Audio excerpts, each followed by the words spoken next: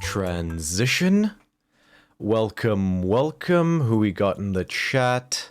Alien Gathering, Bing Cortana, Big Damn Judge, It's the Fritz, Caxips06, Marinated, Midsoon, and We Love Marbles. Welcome, welcome. That's not hyperbole, that's how many O's there were. Well, just get rid of this little reminder. Eventually I'll just commit it to memory, but until then, just to be safe. How is everybody doing this evening in the chat? Are we well? Are we good? I'm just going to quickly do a self-check. Yeah, I sound alright. Would you guys mind speaking for just a second? Hi. Bonjour. Hello there. We sound utterly crisp. Ooh. Oh, okay. Très magnifique. Sehr gut. Ja, jawohl. Very My heart well. just died. German Yeah. is utterly cringe to me as a language. I don't know what this says about me, but I have a weird love of it. Just I find it weirdly attractive. Or isn't I just find it attractive? It's a language that can only be spoken in really harsh and really angry way or a ridiculously sexy way. There is no middle ground. I wonder if it's so being it. This is the content you come for, audience, by the way. But I wonder if being Italian, you know, like the whole love language thing is lost on like those kind of dulcet love language tones are lost on me because, you know, it's second nature. So the thing that does sound exotic or interesting is the harsh. It's, you know, like, I get dulcet tones every day. I want something fierce. I can do that for you all day, baby. Ich liebe Naturwissenschaften. Oh god. I just said I love science. Yeah, I know. That's what I love about German as well. Science, seance, seancer, Naturwissenschaften. It's the most Natural science. natural science. There you go. Anyway. Hello and welcome to DC30 and our Mythic Odyssey of Theros. D&D with an ancient Greek twist. I am your Dungeon Master, Romeo, and I am joined by Hans Gruber, apparently. Oh, that is the sexiest and nicest thing anyone's ever said to me. You're welcome. And I'm joined as ever by Ali, Tamara, Rebecca, Virla, and Violet. Morse is going to be a bit of a Loch Ness sighting situation. No, that's a bit dramatic, but Morse has some IRL stuff that means that he may be in and out or as things as such. So for the moment, Ali will be Jaegering him. But yeah, welcome to our Mythic Odyssey of Theros, D&D with an ancient Greek twist. How is everybody doing? I believe I asked that already, so I'll skip right ahead. I'll just begin with one singular announcement today, which is just, again, I want to echo a huge thank you to the new and old peeps who helped make that fantastic one-shot possible. As ever, the lovely Rebecca is Bithynia, but on top of that, Ray from Go Gaming Syndicate, do check him out on Twitch. Lizzie Lestrange, she has a Twitch and a YouTube as well, spelt like it sounds. And you can check her out in our VOD as well. And Sammy ASMR, again, on YouTube and Twitch, spelt like how it sounds. Huge thanks to them, they were immense. And the VOD for the Decatia Days one-shot is now available on the DC30 YouTube channel, which there is a link for in our description, so you can, if you didn't get a chance to see it, you can recap there. It was a pretty awesome time, if I do say so myself. It's worth a check out if you didn't get a chance on the day of. That aside, shall we get stuck in? Oh, yes. Let's go. When last we left off, you guys had taken a moment to regroup after descending into the lair of this underwater vampire. and finally faced off against the creature itself. Things looked dire for a moment when 2 of your party lost their will and began to turn on the rest. However, some well-placed divine strikes, coupled with a very clever solution to the running water problem on the part of Hilira, finished the vampire once and for all. You collected your reward, which, between the treasure within the cave and the reward given to you by the Maven of Oxus, came to somewhere to the tune of 35,000 gold. I don't remember exactly, between all the platinum and silver and whatnot. You were able to ferret out the cave, load it up back onto the Siren's Wrath, and set sail back towards Meletis. Now it occurs to me that that is quite loud, so I'm gonna drop the ambience a bit to 15%, just because listening to some previous VODs I noticed that it was distractingly loud. Right, so it will be about another day's journey to get back to the city. We can just speed run through it, or if anybody wishes to do anything during that time, you are more than welcome to. You just let me know. Super. The journey goes by largely without incident. I will, with a low DC, I will just ask for a group check to be made with respect to sailing this ship.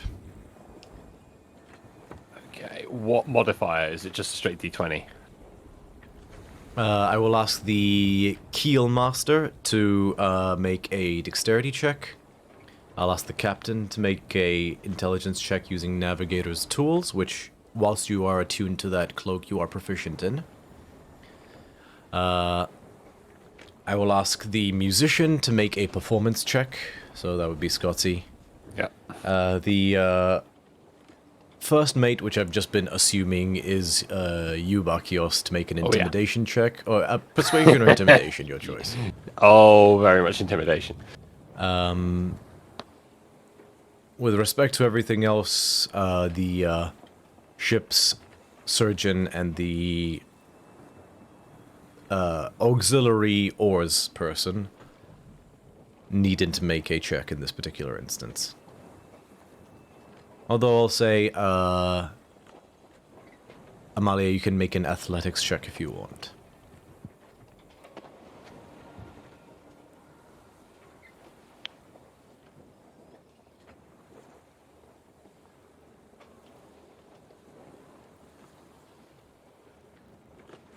Okay. So, I got a 23 total. Height. Toit. Noise. Noise. The musician managed to secure a 14, and the first mate with this intimidation got a 24. 14 still succeeds, like I said. Low DC. Low DC. Keel person? Or Keel's master? Well, you know, Halira's very distracted after her fight with Bakios. She got a 9. Technically a failure, but there is still overwhelming success thus far, unless Amalia somehow manages to get a -2 on her athletics, which I don't believe is humanly possible. There's no way to tip it. What'd you get, Amalia?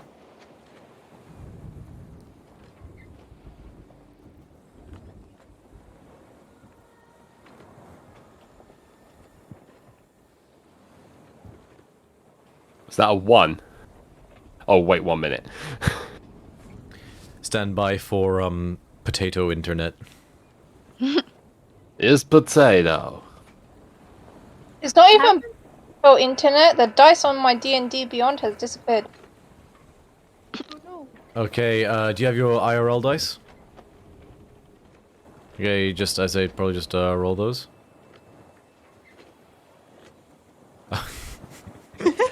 We haven't taken a long rest, have we? Not yet. You haven't, but Oh Cool, no. cool, cool, Oh cool. great. Just checking. I refuse to roll on another random encounter ever in this campaign. Well, you guys are within the Bay of Meletis. You only rolled on the random encounter last time because the ship maintenance check was low enough that it delayed you long enough. And in any case, it was a reduced threat random encounter table. That being said. Ooh, nice. More than fine. You guys sail relatively without issue. The teensy bit of course correction required at one point, just due to a distracted keelmaster, but nothing that causes any delays. No random encounter required. Come 24 hours, you guys, or 24 hour. Yeah, there's a bit of sailing through the night. It's about actually no, similar parameters to previously. It is about an 8 hours journey. So, which I believe is what happened last time.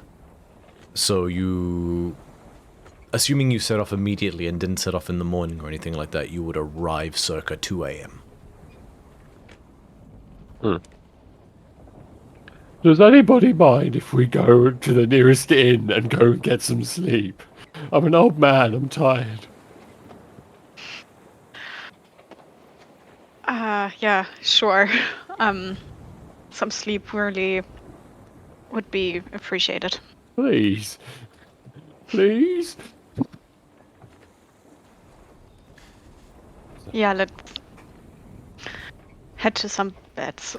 So is there anything we need to do upon disembarking the ship to pay the ship or anything like that? I meant to ask, did you guys pay the sailors in advance, or? no, I don't think we did.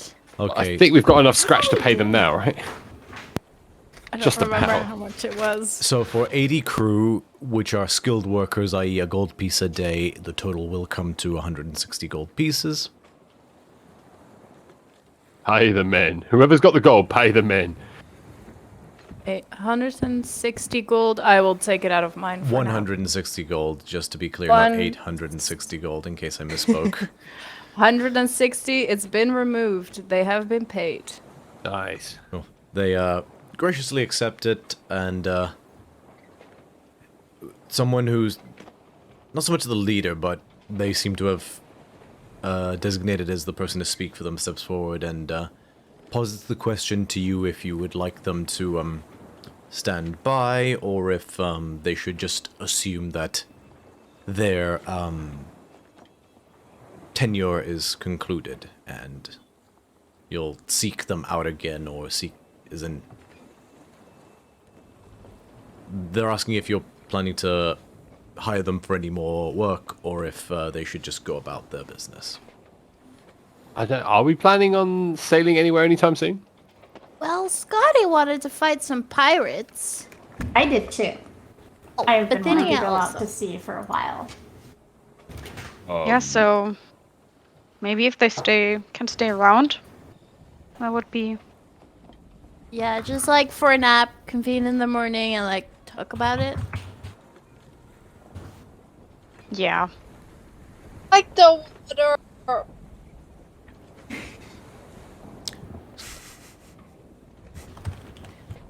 Oh fuck!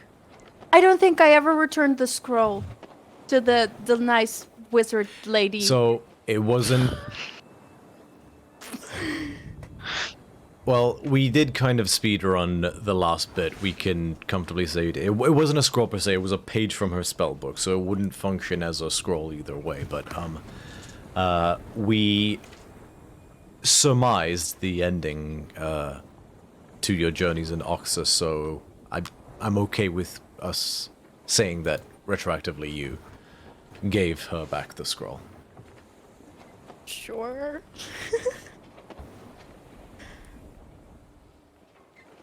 Okay, so the sailors give you a nod and will basically stand by, and then you guys watch as they begin unloading the ship and tying it down and going about everything.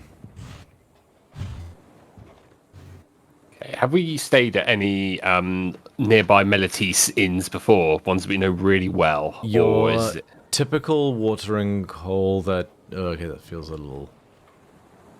Because you've only... Bakios, you've only been here a few days. I total. myself, but I'm talking about the group. Yeah. I'm asking the group.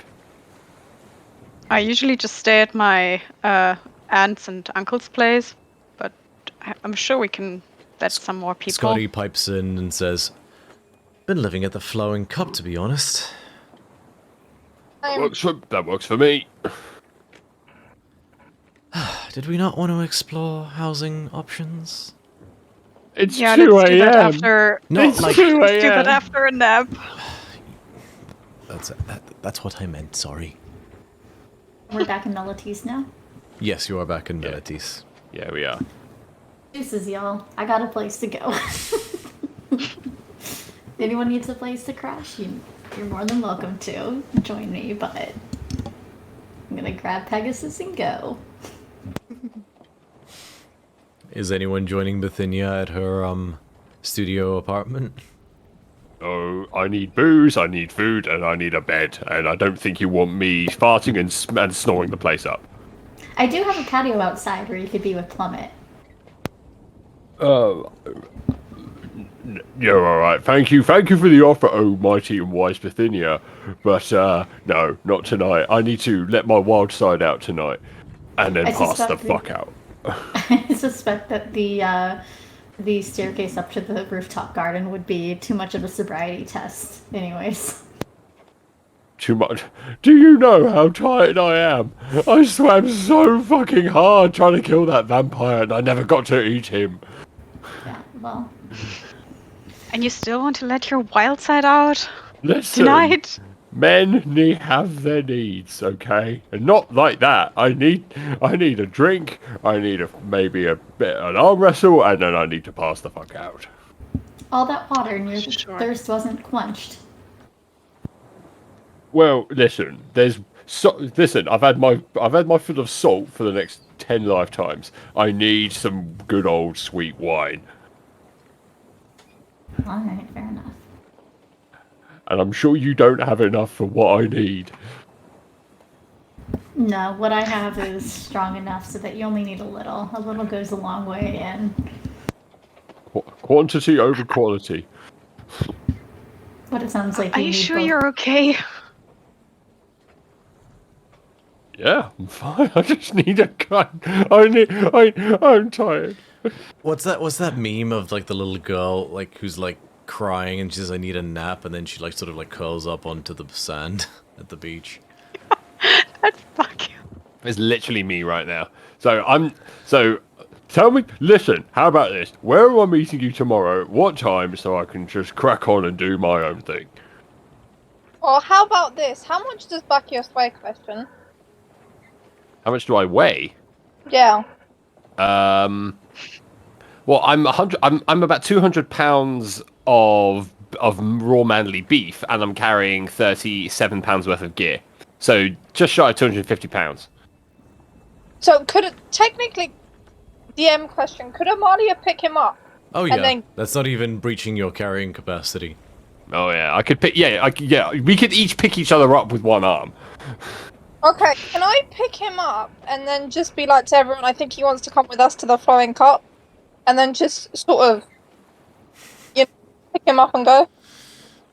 I'm just imagining like a giant bucket and Amalia's like tap tap. I mean, would be the tallest, mightiest force to be reckoned with. But yeah, lead on, noble steed. Someone sending tomorrow and just tell us where you are. We'll meet you tomorrow, I'm guessing.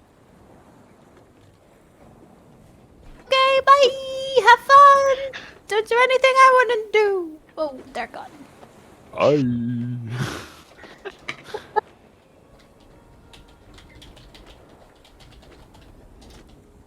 Okay. Okay, so you guys make yeah. your way to the Flowing Cup. I'm Yeah. staying on the ship. Staying on the ship, okay. Very well. Okay. I will protect. Is anyone of the crew still on the ship, or is it just you? It's just me with 17 hit points. Why are you staying there?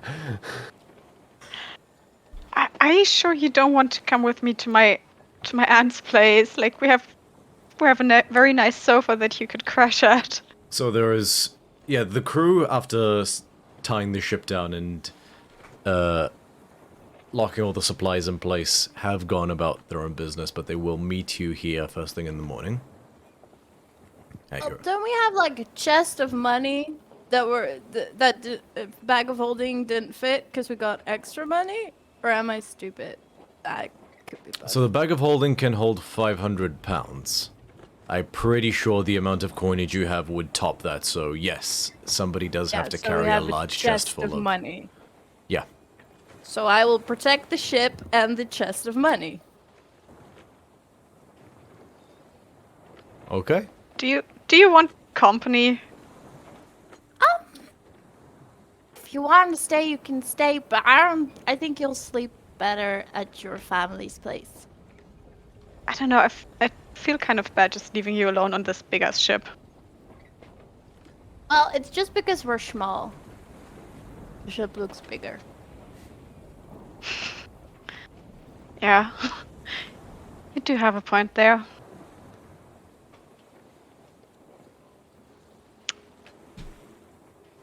So... I don't know, you can choose whatever you want to do. Okay, I'll see you in the morning then. Yee. And I'm going to my aunt's place. Okay. Those going to the Flowing Cup are able to easily enough find comfortable rooms for the evening. Mark off a gold piece per room. So that's 3 rooms or 2 if one of you guys takes a double room, like a double people room. I'm gonna splurge. I'm gonna have a room to myself. Cool. And for another 5 gold pieces, you can basically purchase yourself a banquet, a private banquet with all the wine you can drink. That sounds like a good idea, but as soon as I see the bed, I'm just like, boom! Don't even feel myself hit the hit the hay. Boosh! Straight out.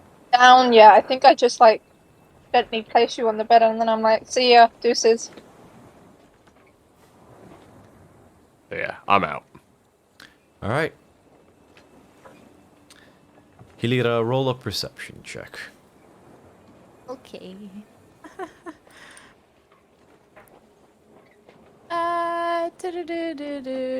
That's a 12 plus 5, 17. Okay. A couple hours pass. Question, are you watching the whole night, or are you just sleeping aboard the ship? I'm gonna go to where the chest is, and I'm gonna, like, use crates that I think are there, and I'm gonna make, like, a little fort for myself. And then I'm gonna have my bedroll in there. That's where I'm gonna be. That's so sad. Okay. A couple hours pass. Mm-hmm.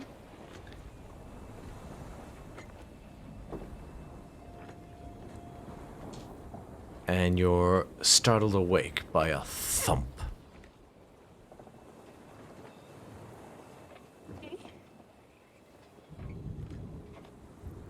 What are you doing? Can I look up from my little fort? Okay, you look up, make a perception check. Is it dark? It is pitch black, so disadvantage. Don't have dark vision. A 9. Hey, you can't see anything. Okay. And you lean. And then you hear another thump.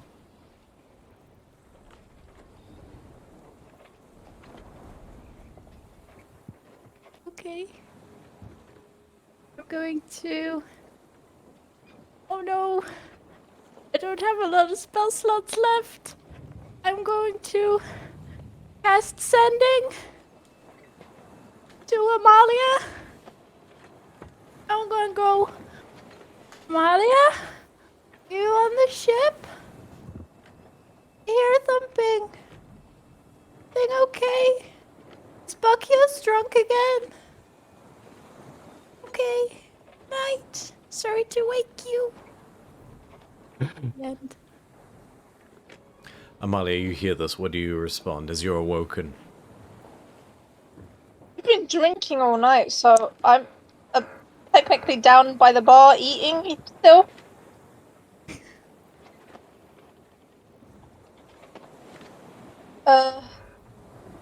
Do you want me to come to the ship? At this point, Helita, you hear a scratching sound.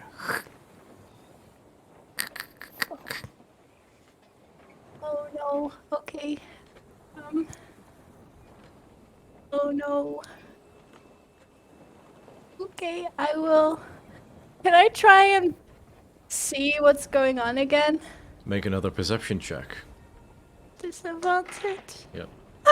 That's 2 4s. 9. You peer out, straining your eyes and straining your ears. You can't see anything, but you do hear a... And boom! A soft and wet, like slightly damp, smelly thing collides with your face. And you hear a caw, like a seagull cry, followed by like sound like banging before.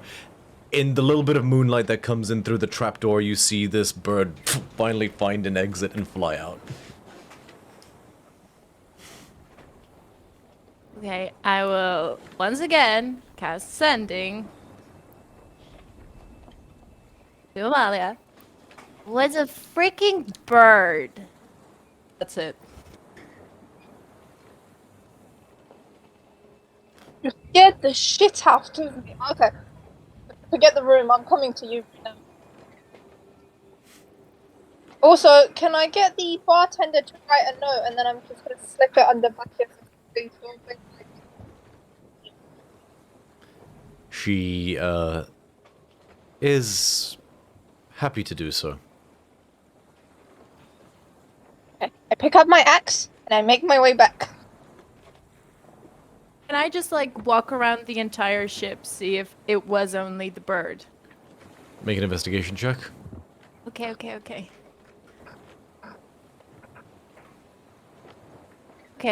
Investigation. 18. Easy enough, yeah. It was just a wayward seagull that got stuck downstairs and only just managed to escape. I was just messing with you guys. Okay, I'm Evil. gonna climb back into my hidey hole and like wipe away some tears. Just wait for Amalia. Amalia's there within half an hour, I'll say. That she just runs as quickly as she can. And you can still make your long rest, Amalia, but you basically need to go to sleep right now. Pick up my sleeping bag, nestle next to Hilira. Night night. Bye. You all fall asleep. Some of you with weird dreams of giant seagulls. Like, your dream is like a reenactment of the Rock situation, except it's a giant seagull. But other than that, you all gain a long rest. You all come to. The day is yours. What would you like to do?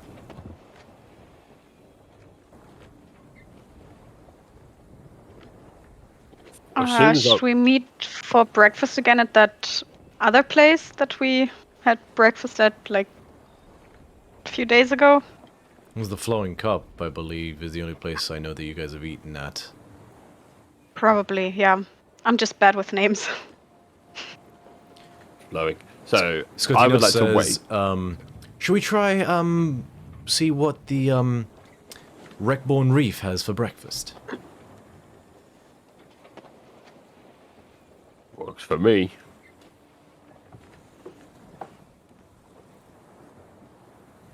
Very well. Food, let's go. You guys pass by the, you guys have a seat at the Wreckbone Reef, where the, Triton you met a couple days ago. The owner, is happy enough to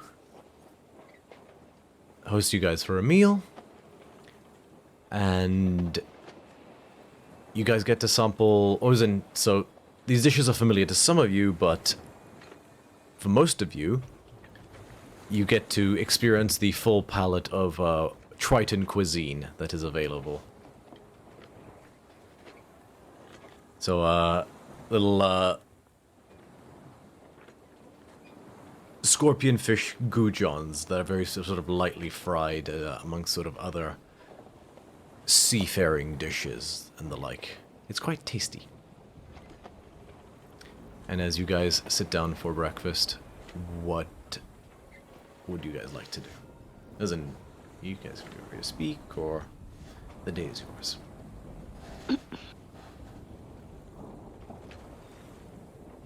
Well, first things first, what are you guys going to do with all that cash? I mean, I have no idea how much stuff goes for in Melites, right? It could be this many gold or all of that gold. I do not know. So, what are we going to do with all that moolah?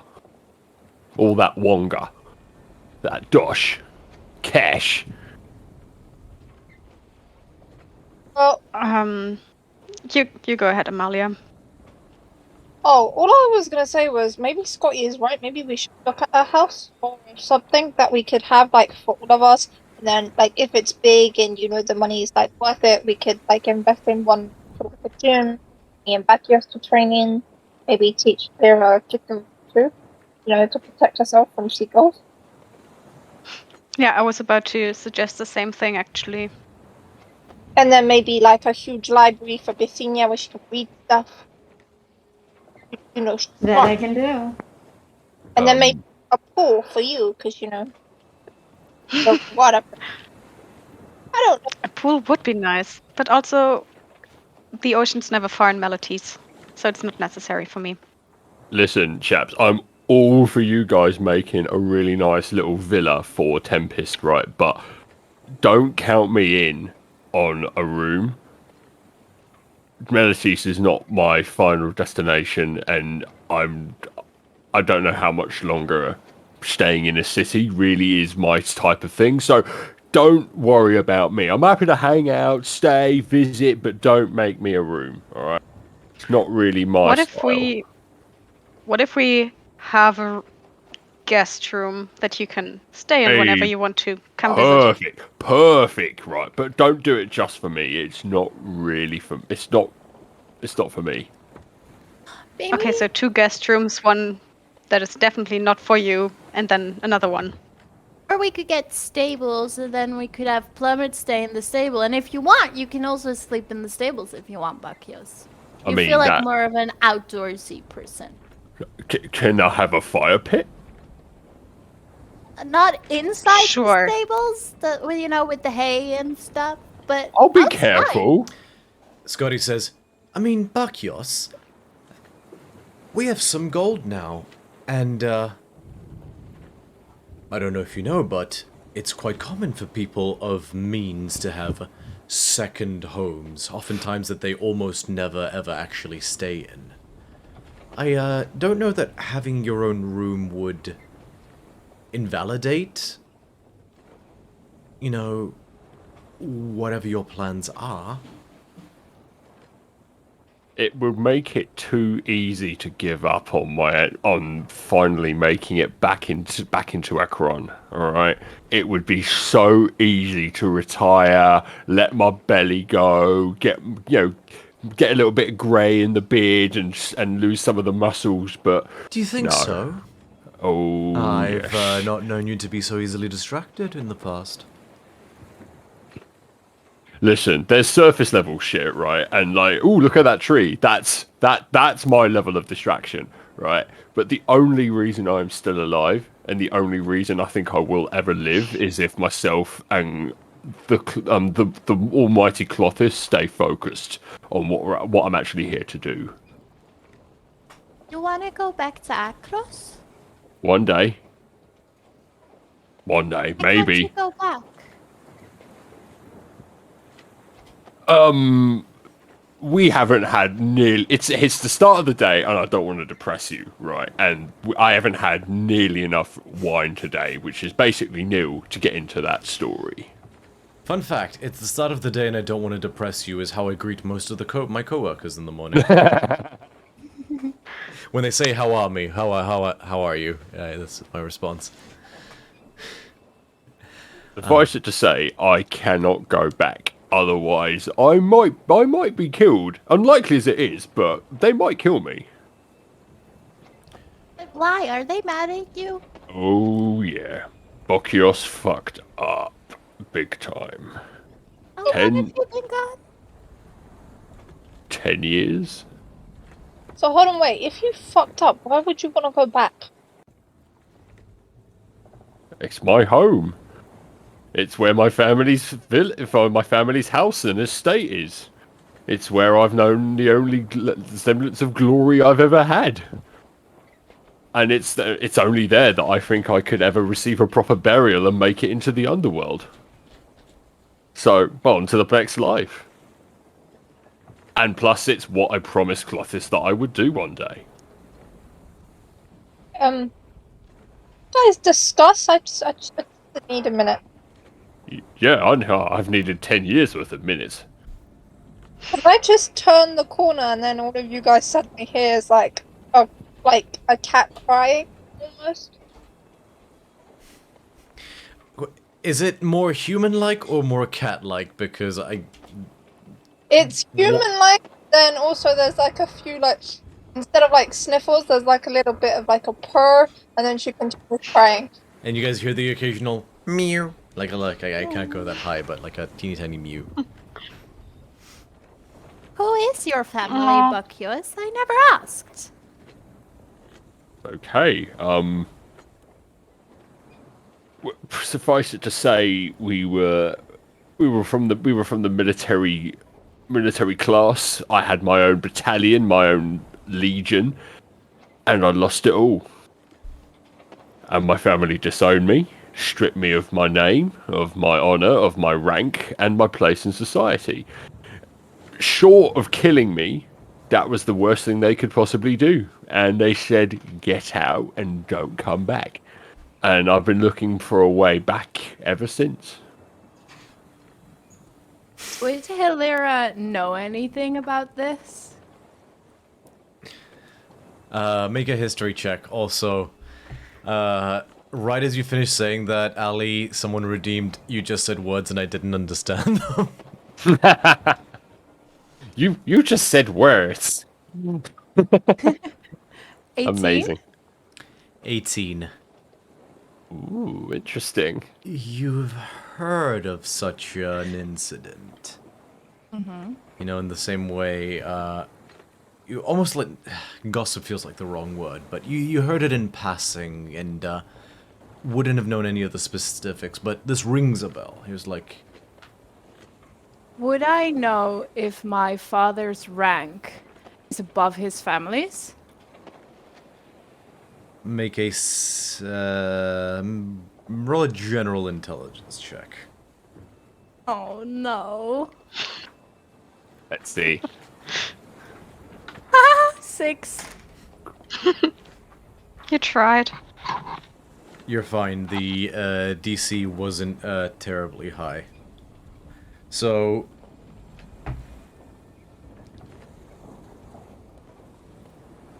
there's... Yes and no. There's... So, like you, Bakios comes from a family of Lektoi, which are the warrior class, as in beyond the regular warrior class, as in the cream of the crop warriors, the hoplite class, basically. Unlike Meletis, in Akros, the hoplites are their own class of citizen, the finest of the fighters. But even amongst the Lektoi, there are tiers. And suffice to say, you can't be certain, but based on that roll, but you would be surprised if he belonged to a Lektoi family of the same standing as yours. Okay. Okay.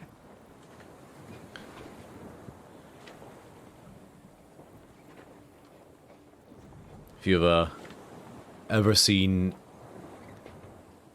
Game of Thrones, it would be a comparison between something like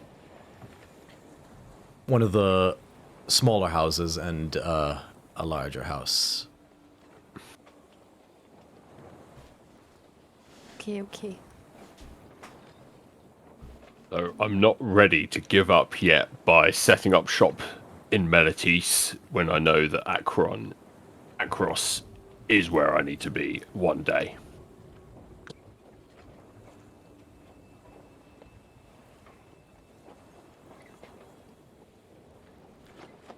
Regardless, should we should at least discuss options, in respect, how much do we want to invest on this keep?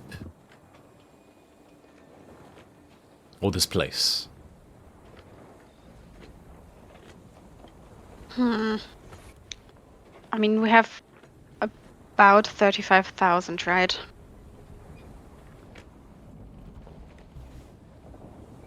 I mean, if we spend, like, even if we spend 25,000 of that, we still have loads of gold to spend for other stuff. Is that something we want to do? Spend 25,000 of it on?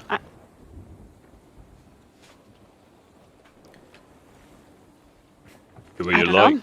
You can do whatever you want. Should we talk to an architect or a realtor? See what our options are. Yeah. Yeah, sure. Should some of us go check out the notice board and talk to the crew? Because they're probably waiting for us. I think that's a good idea. Who wants to Good do point, what? yeah. I'll go to the notice board. I'm going with Hidera. Yeah, Team Seagull. I shall go as well with you guys, just so the DM can park Scotty somewhere where he doesn't have to roleplay him.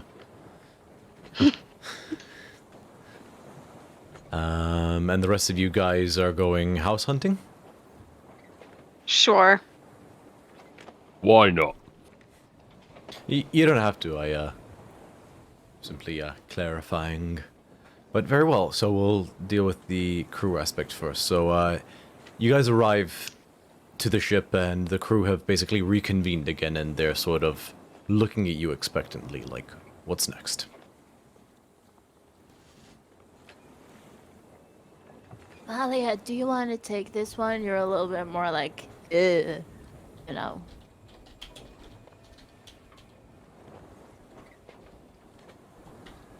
Okay. Hi. Hello. How you doing? I was perceived as this morning. We don't think we're gonna need to, like, now. Like, if we do happen to notice, Hidera can send to, you know, the lead guy that was and, like, you know, like, an adventure to see, and then regroup everyone.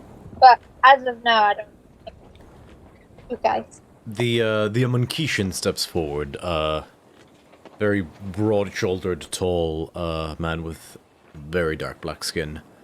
And, in a speaking capacity, was it not speaking on behalf of the crew, but just speaking to you directly. There's, many of us drift from ship to ship, where the work is. Standing idle may cost us opportunities. If you wish us to not look for the work for the day,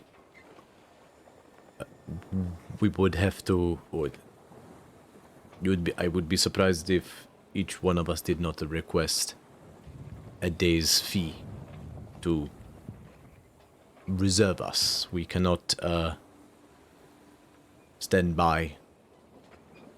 Oh yeah, no, I didn't mean you stand by. I mean you do you, and then if we need you, you know, we'll look for you.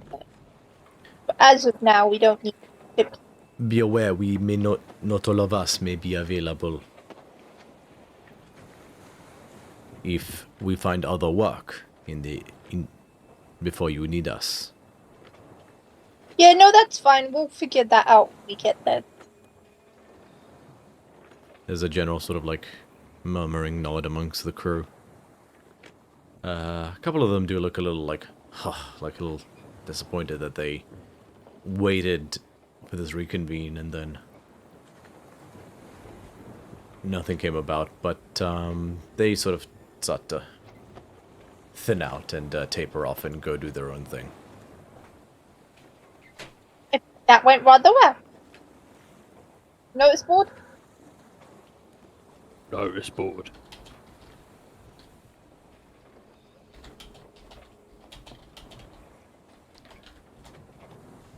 Okie dokie. You guys make your way to the notice board. And you come down to it and you can still see... So the request that ended up being the vampire has been taken down now that you guys are the ones who took it down. You do still see the bounty for the ship sporting black sails that bear the insignia of a grey fist. And that whole explanation. And you do actually still see the call for aid regarding griffins being particularly aggressive as of late. I mean, listen, I'm sick and tired of this occult shit, right? Being, you know, vampires trying to seduce me and trying to suck my blood. You know, it's not really my speed. If we wanted to do something, good old fashioned natural shit, I can handle. I know my way around beasties. We can kick a griffin's ass. Yeah, sure. Are you with them, go. Barkios? Oh no! I thought I went. Did you guys? I got confused. Did we follow the people that went to the ship and then to the notice board, and then the other people are going house hunting? Are you with the people? I thought you were amongst the people who went house hunting. Did I Oh, I was. misunderstand? Sorry, I do apologize. I thought we all reconvened at the notice Was the plan board. to reconvene for the bounty board? Because then we can put a pin in the bounty board until we do the house hunting. Sure, let's do that. Sure, yeah. Okay, in that Sorry, case... sorry, chaps, my bad. So we cut to... and so you guys are standing outside a little office, having spoken to a member of the city planning committee, and out steps a broad-shouldered Goliath with a stone Goliath with a dyed green mohawk, like a short mohawk that just goes down his back. Big toothy grin, and says, "All right. So I understand you're on the market for an abode." Indeed, yeah. Our Are you- group is looking for a keep, manor, something like that, that can house at least 6 people. Well, there's a lot of options in that respect. What's your budget? Up to 25,000 gold. His eyes, like, light up. Well, have I got good news for you. Are you looking to construct your own, or purchase existing? I think we're open to both options, right? I look to Bacchus and Bithynia. You don't need to ask my opinion. I still want to hear your opinion, though, even though you don't want to permanently move in with us. Oh, it's really sweet. Yeah, let's see them all, man. Yeah, we've got time. It's not often that you have, you're buying your first place as a group. Now, I must, clarify. He sort of fishes around, as he's led you into his office right now. He fishes out a piece of, parchment that has for lack of a better term, like a catalog on it, and he shows you sort of a different breakdown of the surmised construction cost of various different kinds of abodes, and you can use for reference the stronghold grid that is posted in the general chat. With a variety of options. I must clarify, this cost here is for the raw construction of the building proper. That would be most likely the lowest cost means. You would need to find the land appropriately, of course. So the purchasing land may ascribe a additional fee, as or if need be. And also, construction would take an appropriate amount of time. If you wanted something immediately, buying existing is always an option. There are various citizens of the city looking to part ways with their buildings, having no longer a need of them. But that would, of course, come with them looking to sell this building at a profit, so there would be a appropriate markup based on what they were wishing to sell.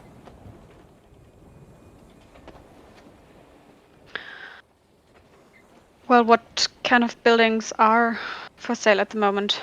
Within your budget, we have any sort of like rifles through.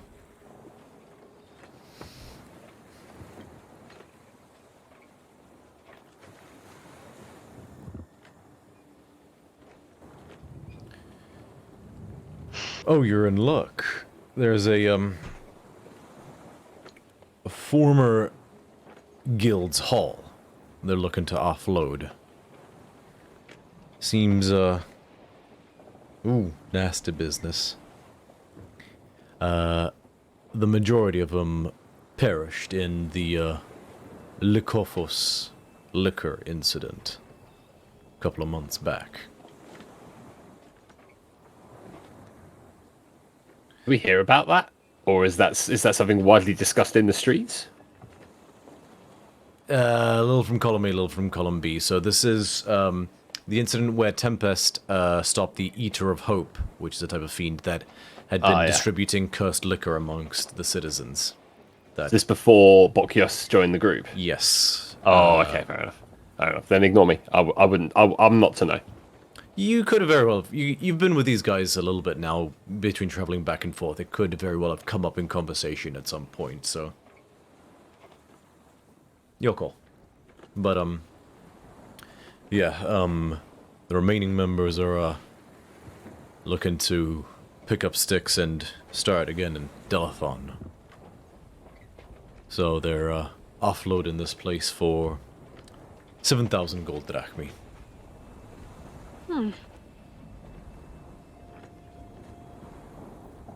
That doesn't sound too bad. Hang on. If there was a massacre, right, and you guys dealt with it, right, how badly is this place fucked up? Because you guys don't want to be wasting all of your hard-earned drachmi on a shithole. Good point, yeah. Bithynia, do you remember that place, maybe? Place.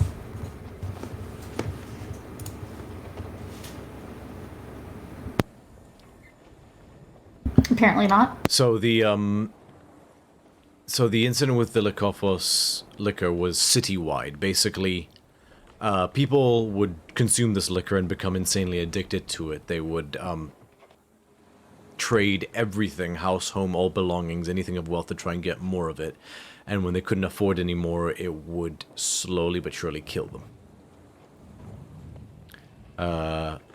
Shit. Yeah. Not like a pretty death either. Just like, so it basically was a miniature endemic situation in the city. The acquisition of the formula of this cursed liquor made it possible to reverse engineer a cure. But many different citizens, both rich and poor, perished.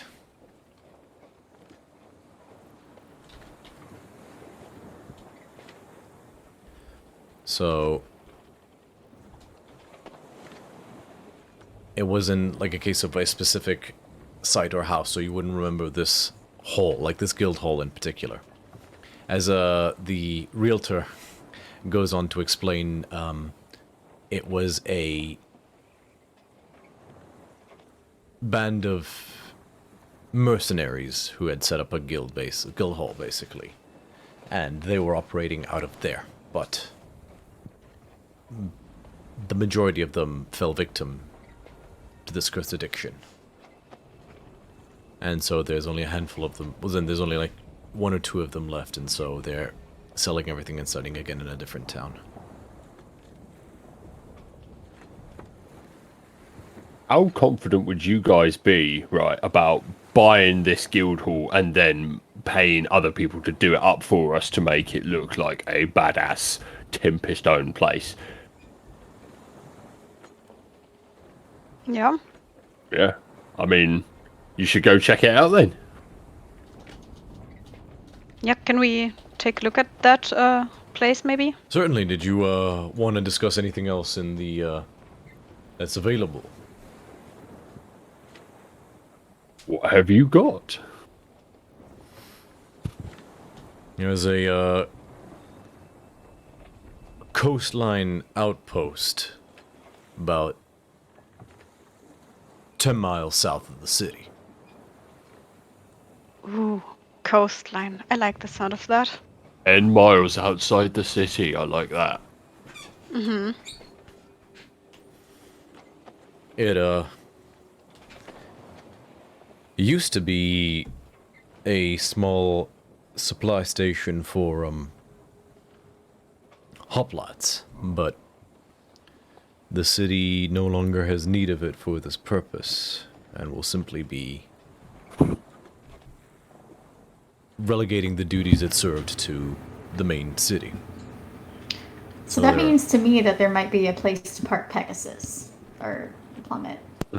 I imagine most of these buildings could be fitted with any form of stables or rookeries for any mount flying or otherwise. A outpost could very well come with one pre-built. Outpost would run you to the tune of 18,000. You could also have that fire pit there. You want it back, yours? That would be pretty tasty. Plus, it does sound better than being pretty far out of amenities too. Yeah, that would be fun. What else you got? That would be the extent of the pre-builts. As in the existing. Unless you wanted to look at houses, but No. I thought as much. I need to pick an accent for this guy because, God, what am I doing? Well, other than that, I have selections of plots of land that would be available in various areas. There's a, on the, higher cliffs to the right of the city, or then to the east of the city, there'd be a stretch of about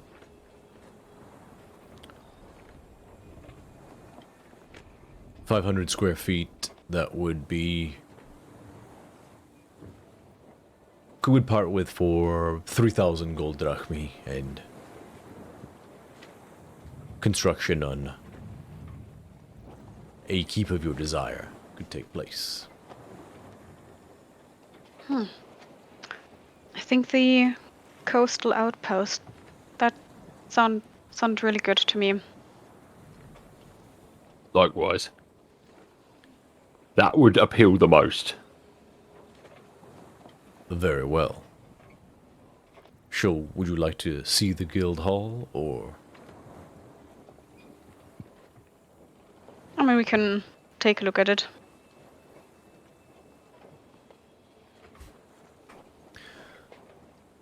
All right, shall we set a date? I am available for these viewings today. Gonna organize modes of transportation to the various places of observance. We can leave right away if you like, but we'll be gone in a few hours. Maybe we can reconvene a little bit later, just so we can speak to the rest of the group and ask about their opinions and maybe have them come with us. He nods.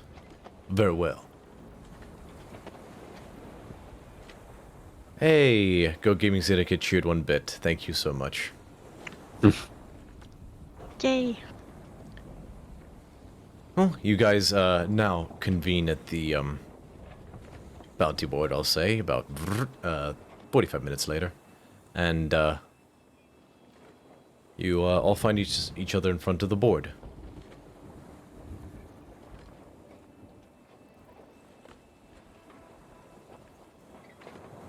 So how did things go with the ship and the crew? Well, Amalia talked to them and she was like really good at it. Like, chef's kiss, it's great. How was it with the keeps? We heard that there's an available outpost a little bit outside of Melodies near the coast, and it sounds pretty nice, and we can take a look at it afterwards. Can we if park you want the to. boat there? Gee, a good point. Could have Good the question, keep yeah. and the boat. Yeah, we can ask the realtor later.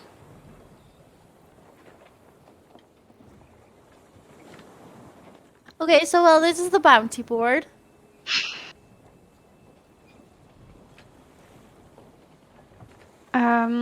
Are there any new bounties? You don't see any new bounties. You see the one that mentioned the griffins that were acting strange. And you see the bounty for the ship with the gray fist. Does the ship thing have like a approximate location? Or are we just like... So, this vessel has been sighted sinking several trade vessels traveling along routes to and fro from the Lindishorn.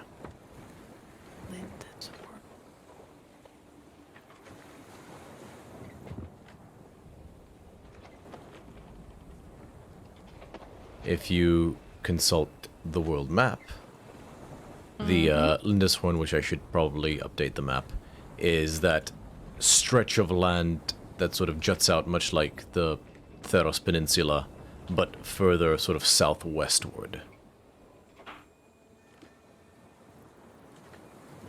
So you've got on the map the main Theros Peninsula, which has Meletis, Glacion, Neolant, and all those cities on it.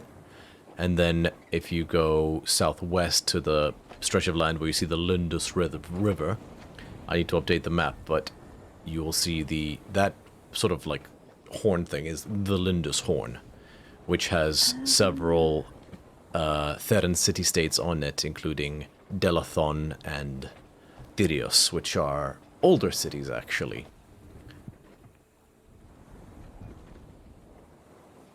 That's freaking far away. If we're gonna make it in time for the festival, I don't know if we're gonna be able to do that.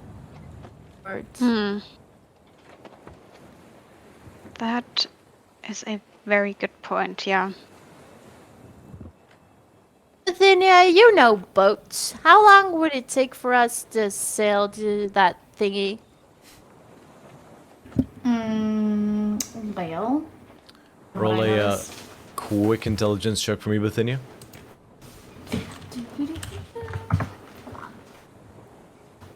At intelligence? Yeah, just straight intelligence. Survey says, does Bithynia know about this? I just got my cape yesterday. 14. Easy enough. It's basic math. It's not terribly difficult. So a galley like the Siren's Wrath can travel roughly 80 miles per day. A journey like the one from Meletis to the Lindisfarne could reasonably, allowing for delays, take about 4 days. It would take us almost a week to get there. 4 days if we run into no issues. However, with this group, it may be longer. One way and back. So we should probably be able to make it in time? Because I think we have like 20 to 19 days left. I'll say as well, Depends on- you get the sense from the wording of the bounty that this vessel has been sighted attacking trade vessels that travel along this route. It makes no reference to a specific location where you would definitely find this vessel. Some amount of... You gather there would be an element of searching. Yeah, it would take us a while. It would take us a while. Just saying, between the length of time it would take us to get to where we need to be versus the amount of time that it might take us once we're there to find what is needed. That's a long time. And I don't know, once we are out there, where the nearest place would be for us. to go Scotty to. It's says... not here. Scotty says, we should also, tying this to the subject of a stronghold, keep in mind that the Siren's Wrath is not equipped for battle at this point in time. Not with that attitude, she's not. You're very good, Bithynia, and so are all of you, but still, some amount of weaponry, I think, might be necessary. Maybe not. I'm curious what you guys think. Have you seen this cat? She's fighty and bitey when she's not under pressure. Yes, Can you but imagine? her arms don't reach 1,000 feet. Don't they? I'll be seriously confused if I could reach 1,000 feet with Destiny Paws. I think you could, Amalia. If you really wanted to, you could. There's one way to find out. Well, that like We can just stretch. yeet you, maybe. Yeah. So you want Bacchius to pick me up and yeet me across on the other ship? Easy. You could get a I running jump. approve. For added flair, you could go with your axe in the air like this. Your little legs in the air. Just Oh, and I Go. could cast fly on you, so when you get yeeted, you can be like, "Da, da, da, da," like a superhero. I don't know what those are.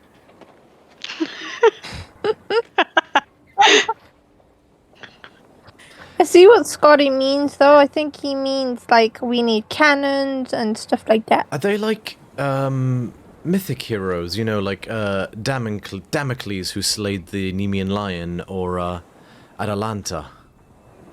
Probably. I honestly didn't pay a lot of attention in school, so I wouldn't know. You would have heard the, fable of the, and I'm gonna be shameless here, the 12 labors of Damocles. I didn't pay a lot of attention in school. God damn it.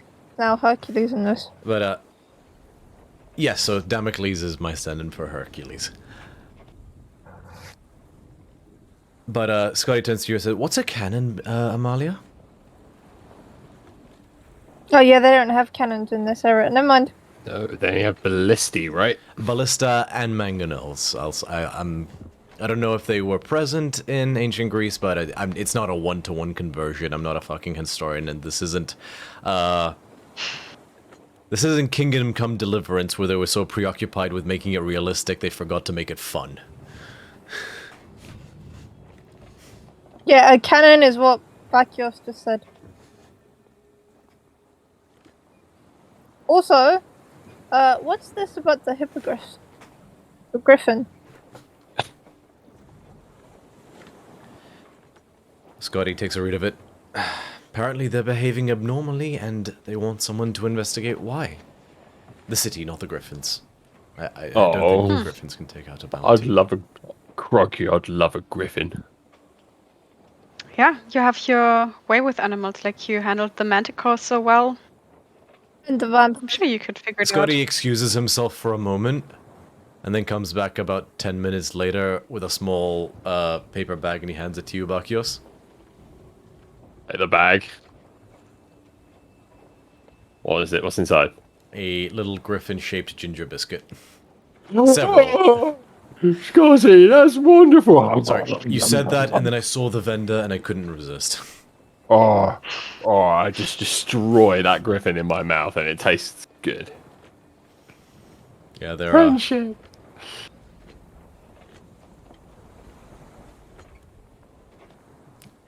Hobnob-esque. But lovely and crumbly. That's the way the cookie crumbles. Here's the thing, right? I think we could easily handle the griffins, right? We just took down a motherfucking vampire. We can take down a griffin. Or a group of griffins. If needed, I have a sphinx. It'd be like WrestleMania, right? Like, Oh, hell Griffin yeah, on I'm Sphinx so up action for here. that. Where the hell have you been I keeping your am sphinx? not a Pokemon, Bithynia. Seriously, where the hell has the sphinx been? I've been playing with you for months, and it's the first time I'm hearing that you have a sphinx. I have a little sphinx. Romeo asks me every session when I'm going to bust him out. I'm sorry, He's what? not an underwater sphinx, okay? He's not an underwater sphinx. I barely got the fae out, okay?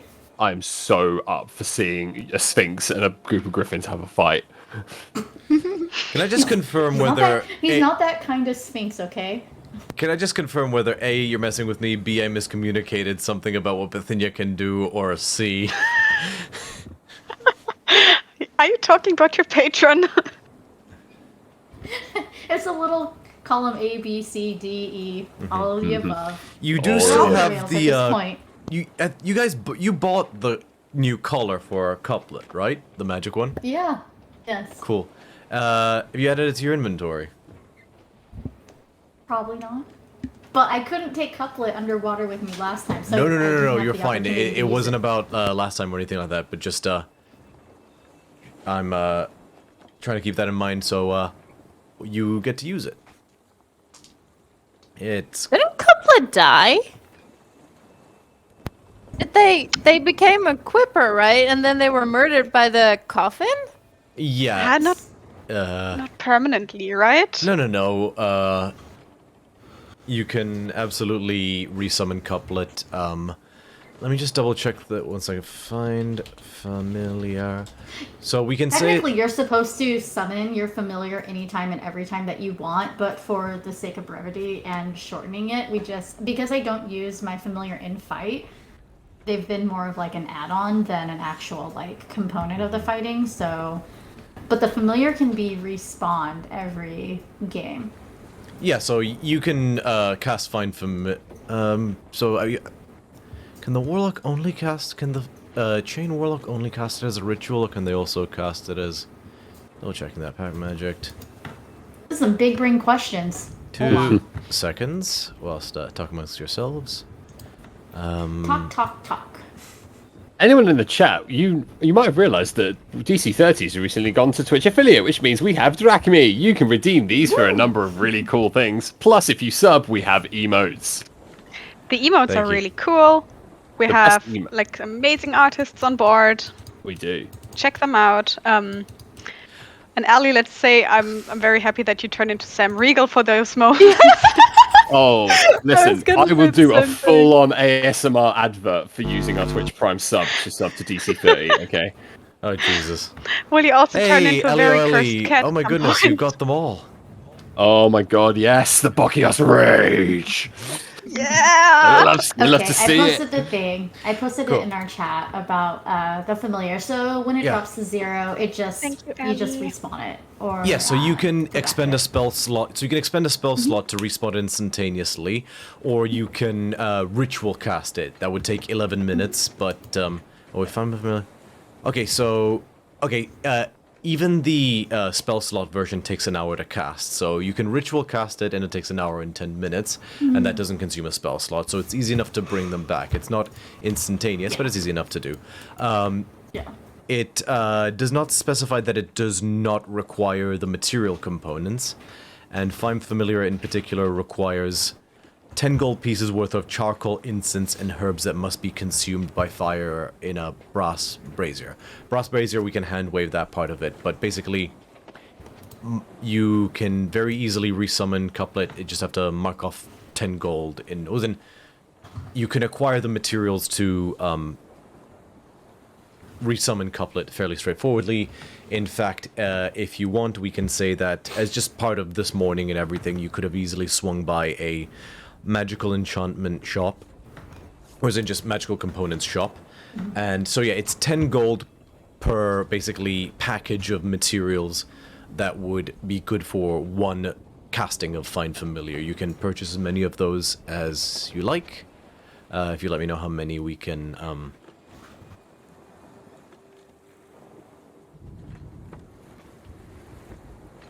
Just one will be fine. Just enough for one.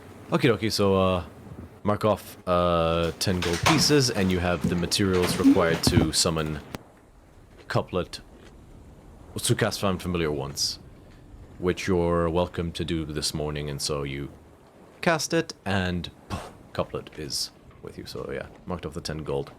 Good to go. And as for the collar, it should be available, the Chimeric collar, or as in if typing in manage inventory CHIM should make it show up, but side point. Bit.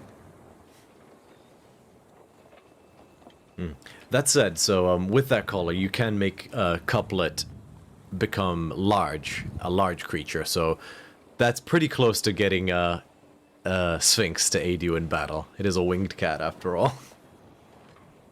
Yeah. Yeah, and also I made a point to, because as a Pact of the Chain, you would have access to Imp, something with an Imp stat block, which is a CR1, so I buffed Couplet with that amended stat block to a CR1, so that he's a little more useful in battle. And that aside, Scotty continues to say, we could try to knock out the Griffins quickly, or do that quickly, and then seek out the bounty. I worry we would take too much on board and run the risk of either A, not making it back in time for the festival, or B, there's other adventurers out there. It's possible we decide to do one and come back and the others taken care of.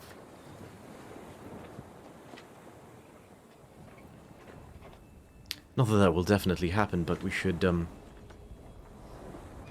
consider the possibility.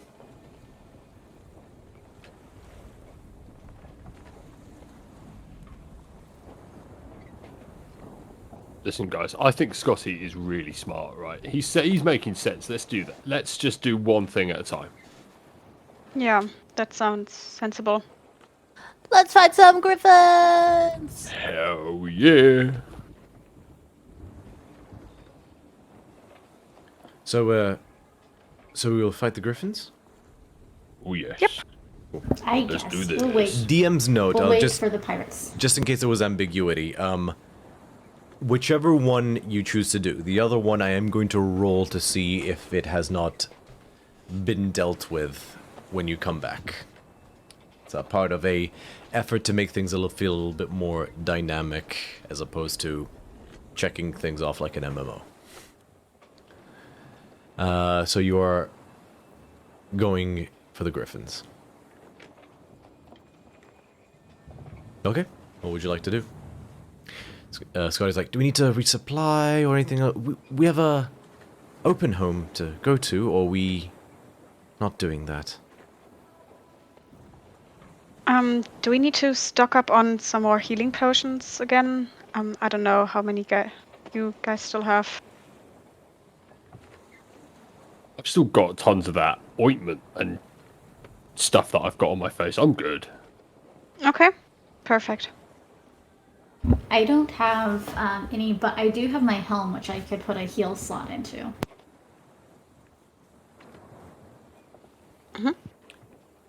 Scotty says, I'm sure we could ask somebody to put a heal slot into it, so none of us need expend a spell slot.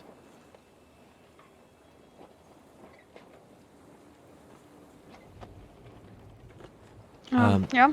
So are we going to view these houses, or are we going straight? Oh, right. Yeah, we should meet up with the realtor, I suppose. Yeah, why not? Okay, you guys reconvene with the realtor, and he smiles, greets you all, asks if you're ready to get going.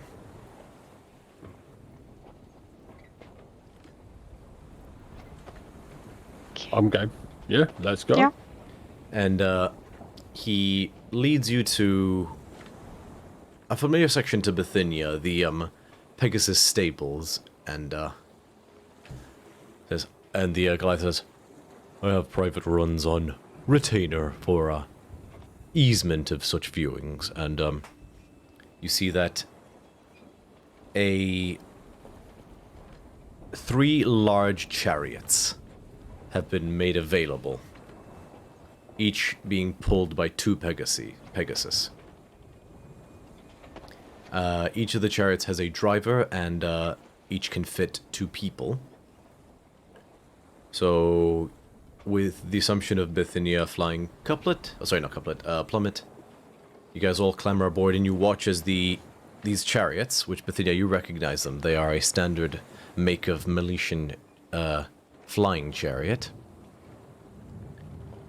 They levitate as the Pegasus kick off, and you guys soar off, one after the other.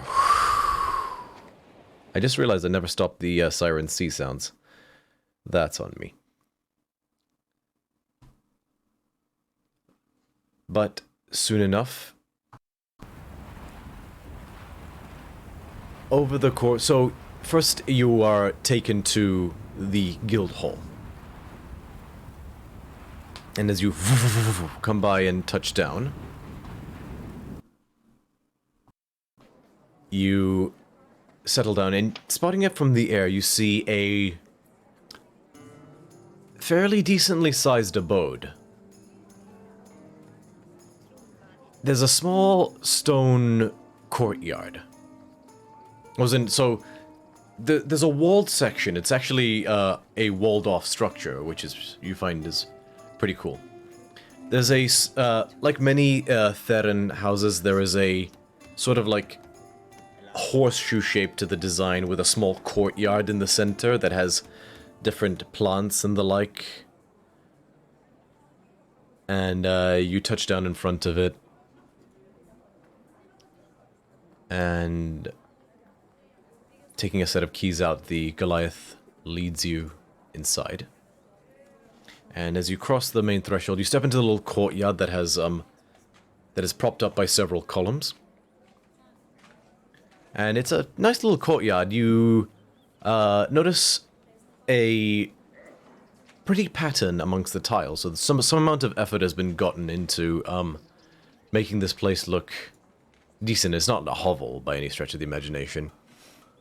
He leads you through a door, one of the doors in the courtyard to the side, and you see a long dining table with several, so they're more like bar stools than outright chairs, but they are there. And he says, this was the dining room of sorts. They were a fairly large band of mercenaries, so everything, their dining was more of a luncheon than anything grandiose, but you could very easily put your own long table in here. The dining room itself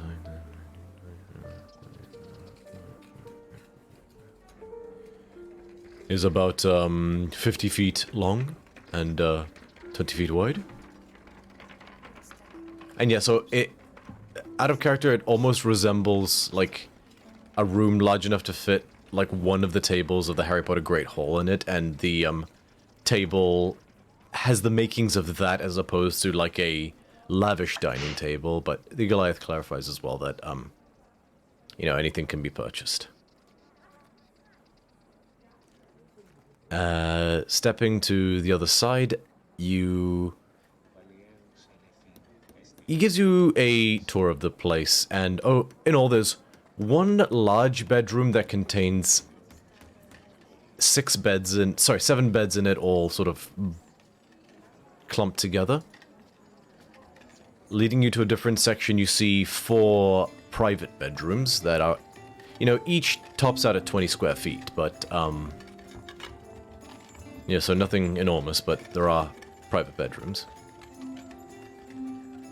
There's a small office of sorts that, you know, see various old letters in that you get the sense will be clearing out soon. But they'll be, yeah, so this is like a little study area that can house scrolls, has shelves for that sort of thing, and is a little place where letters can be written or research can be done. Oh, like, stuff can be written. It's like one of those little office booths kind of thing, almost like a cubicle. A room adjacent to that has a table that contains a map of Theros on it, like an atlas table type thing. And you see here as well various maps, and this is like a little makeshift war room, for lack of a better term. You see other additional maps or various different accoutrements that could go into like sort of like a standing meeting. A couple of storage closets and the like, but outside as well you do see a small garden, a small blacksmith area, as well as a little carpentry workshed where stuff like fletching can be done. There is a small stable as well that can house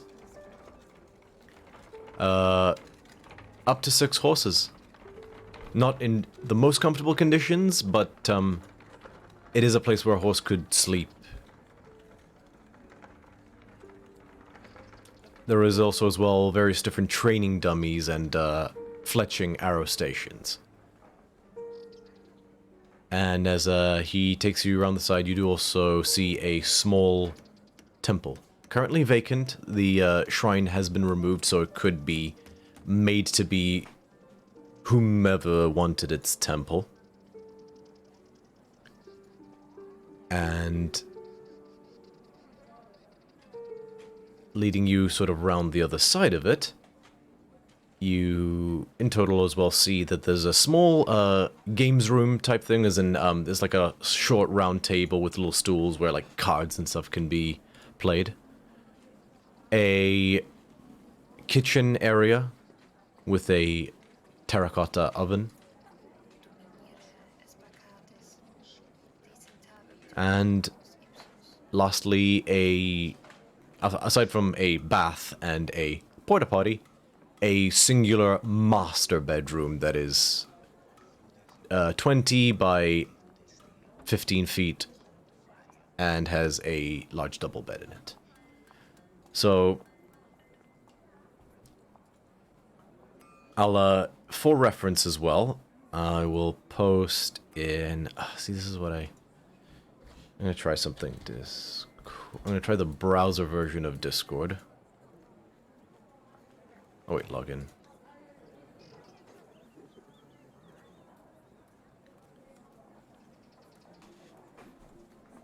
Two seconds, sorry.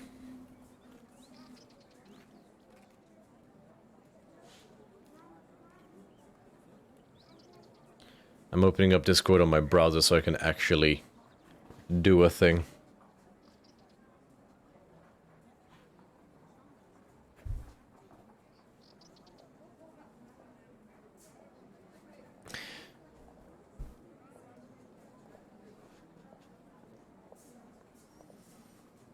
So if you guys... Oh, this is actually really helpful.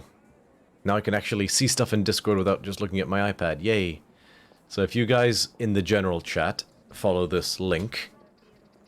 Oh, no, not gonna do it like that. I am nailing this at the moment. So, following this link, you can see, This is a battle map that was the inspiration for the layout and the contents of the building that you see before you. But the actual architecture of it would be more similar in design. Sorry, just a moment. I know chat can't see shit, and I am consciously aware of that, painfully so.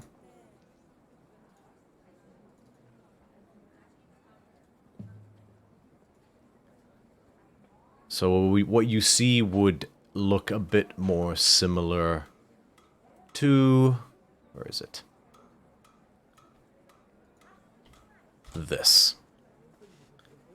I will... So should you choose to purchase this one, I will construct something in Dungeon Draft that is Nice. more appropriate, but in terms of what this building has to offer, Image A would be the reference point. That is the coastal outpost, right? No, this is the guild hall. Oh, this the guild hall. Okay. And I'll see if I can post a thing in chat. As in, if I go to... For the players board. Just so the audience can see visuals about the layout. So it'll contain what that building contains, and credit to Tsepeku as well. But I'm going to recreate it in Dungeon Draft using more appropriate materials and things like that. It won't have grass. So this, the version you see before you doesn't have grass or a little river and stuff like that, so it's a variant of it. But you get the idea. This is the guild hall. This is the one that would run you 7,000. And this is located within the heart of the city.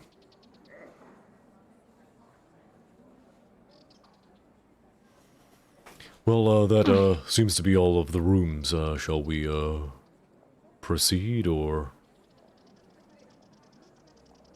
Yeah. Oh, very well. And you guys board the ship once. Sorry, the Pegasus once more, and you're off.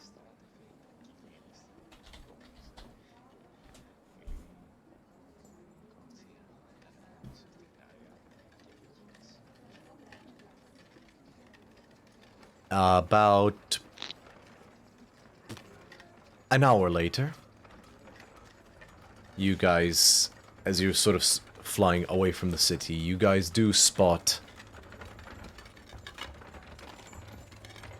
a... So, like, there's the coast is, like, this section in particular is mainly rock, as you're soaring overhead, but you do see sort of jutting, like, there's a section of, like, reef rock that's separated from the main rock. It's almost like a sea stack that's just very low to the water, and jutting out of that is a small fort. This one has 4 large towers. It's far more military in construction, whereas the previous one was made of like a pale sandstone type of thing. This is sort of more solid rock. For fairly basic in its design, there's 4 towers that are connected by a square to form walls that are thick enough that you surmise contain interior on the walls. A central courtyard that also has like a small house type structure within it. Out of character, I will post, this time I will post the image in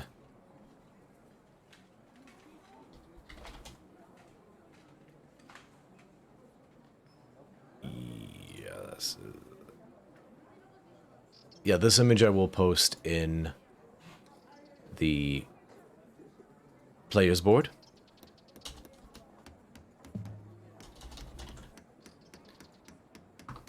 And this is the site you see overhead.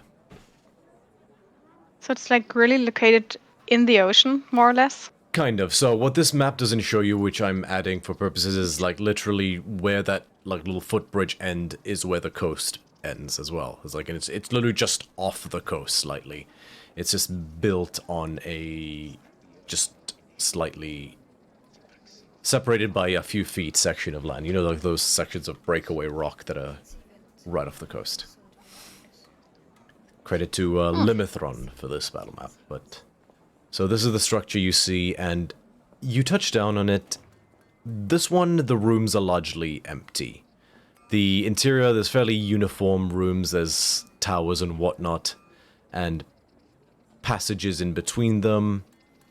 The main keep proper is more like a barracks, so there isn't a tremendous amount on the inside, sort of like a large room, a mess room, and that's honestly pretty much it. The inside is fairly bare bones. The realtor says, this one definitely needs a little bit more love on the inside, but with a little bit of elbow grease, it could be made to be quite the fancy fort, if you so wanted. And the advantages is it facilitates the parking of a ship.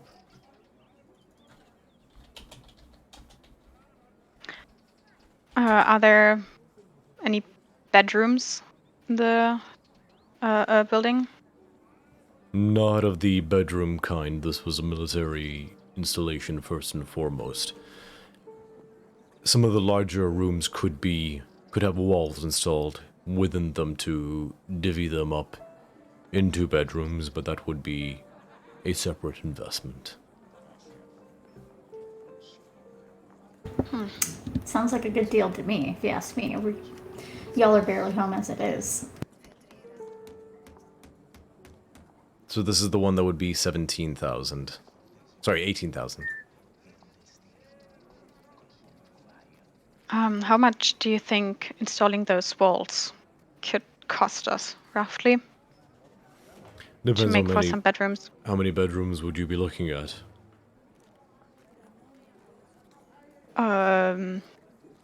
8? Oh, tall order. And I presume if you want to install a proper lavatory, just quickly, if you wanted to convert this into a actual, away from military and more for residential, between furnishings and the additional walls and the other amenities, you'd be looking at an additional 10,000 drachmi. And that's not me, that's in general.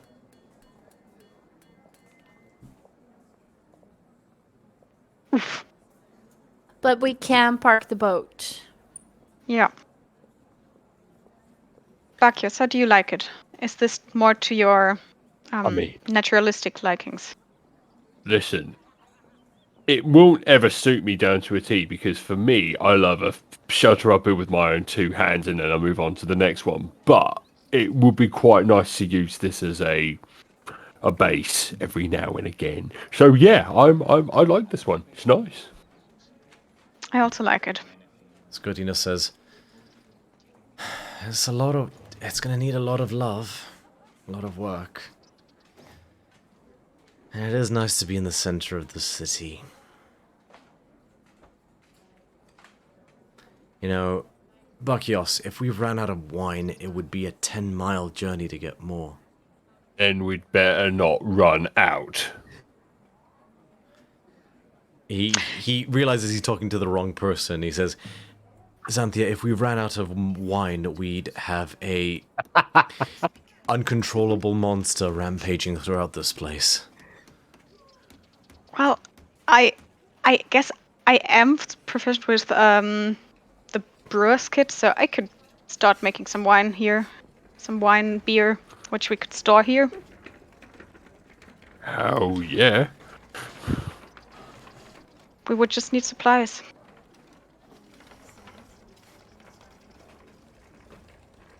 Amalia, what do you think?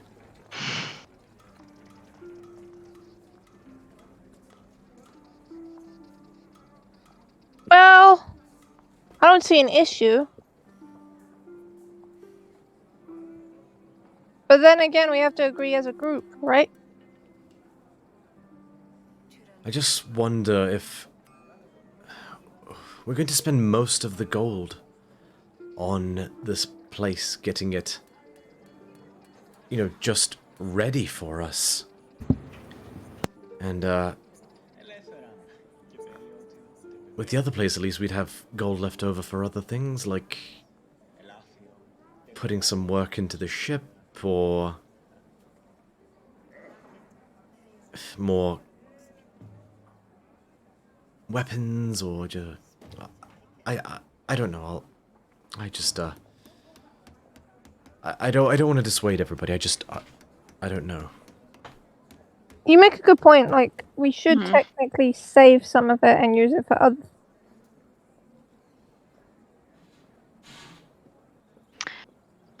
Yeah, you do have a point there.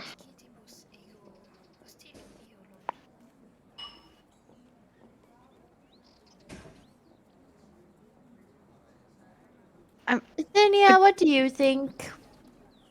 Well, you know, my heart is with the sea, so anything related to or being near the water has my vote. But my second vote goes for the one that I could park Pegasus at easier, because even if you did have a remodel or needed to remodel, you do have my place to crash, and places in town aren't that expensive. So I guess with the locations that we have, and you all are scattered from wherever you came from, what would be easier for you to camp out at, or your families if you were coming and going? Because I'm happy with where I'm at, but it's clearly central to the city. The city is Scotty asks you, Bithynia, is the city not near enough to the sea for you? Genuinely, as in he's curious. I mean, it's near enough for me, but I'm saying that wasn't one of these locations like overlooking the water or like near the water. Yeah. So the guild hall is in the center of the city, but it's a sort of city that's right on the coast. This would be, look, if you did you get a chance to see the visual aid for the second one, Bithynia? Yeah, I'm looking at this one here. I only see the one though, or there's two that are posted. Oh no, sorry, this one's on Legend Keeper. I did not get that. Okay, I'll just paste it into thing. So the second one is, yeah, that's that kind of layup. So that one's like surrounded by water. And this is the one that has it has a built-in rookery, so it has a stable on one of the top towers. Like, one of the top floors of one of the towers does have a stable built into it specifically for Pegasuses. The guild hall did have stables in it, and it would be relatively straightforward to touch down in the courtyard and enter the stables. But it was ground level stables. Yeah, so I go for the one that's nearest to the water. And it has a landing spot. But you said that this one that's near the water has the most upkeep that's needed?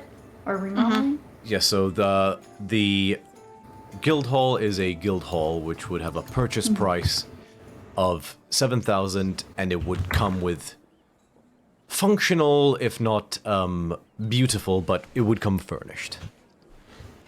Do you think that it's possible? Could we put a grant in or something like that with the university to maybe cover an extension of it? Because they cover where I'm at, because I'm able to be so close to the university, so my rent's basically covered. I don't have to pay for my flat. However, if we could maybe partner with the university, do you think that they'd be willing to, in exchange for part of it or the remodel and use as needed, could offset the cost for us?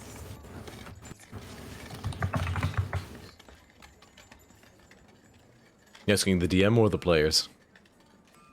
Both. You could certainly try. Wait, I mean, you it's a don't thing have to that pay for That where would happens. be you live? amazing. That's It's a thing that amazing. happens. I mean, they cover my rent. They cover my flat because they know that it means that I have quick access to going back to campus. That's why I live where I do. I wouldn't be able to afford that on the wages that I make, but that's because they offset the price of what they pay me with the location that I live. It's a nice flat. But I'm thinking that the university does that. And if they're willing to do it, now I don't know if they'd be willing to do it out in the middle of the water. I don't know what the other departments do, but it's worth inquiring. If everyone else agrees that that would be a location you'd want to share in exchange for occasional students coming in and out, that would be the exchange. I mean, we're traveling a lot anyway, so I wouldn't wait, mind. Are we talking about the Theros equivalent of Airbnb here?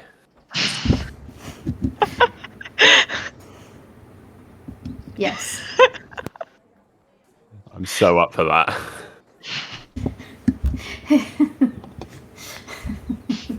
Yeah, it'd be more like a hostel kind of for us, I guess, in the end, but because we'd be there and other people might be there, but Romeo, you just look dead inside. I'm not saying anything. I am saying nothing at all. He's That's reached what that part happens of when his you- DM experience. when you have this neat plan here, and we just No, I have learned never to make a neat plan. I make a very loose plan that I tailor as or if need be.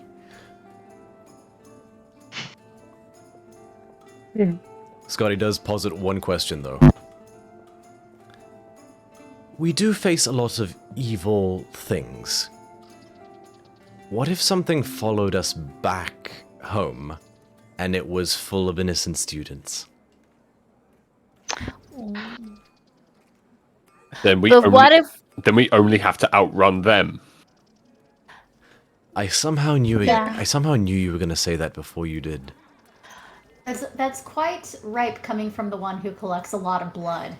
Do you think that they wouldn't be traumatized by your general disposition there when you are back in town? I feel like that's another case for avoiding the students, but again, I'll you know what? I'm pretty easygoing. Whatever you guys prefer.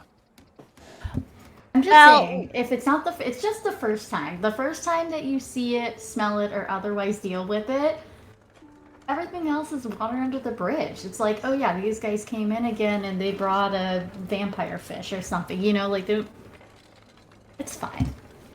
And also, I mean, I have my place free. Nobody stays there, so I'm sure that if there was a schedule like brought up that maybe they're just not there when we get in or something, or maybe they leave, or maybe there's an alarm system. Maybe that can be put into the remodel of the location. You know, like a, I don't know,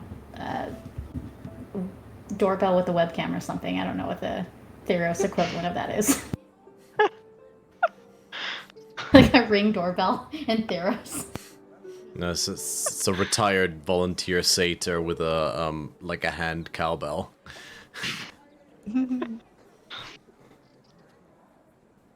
I suppose, I guess, well, we have our options. I guess it's, just have to formally decide what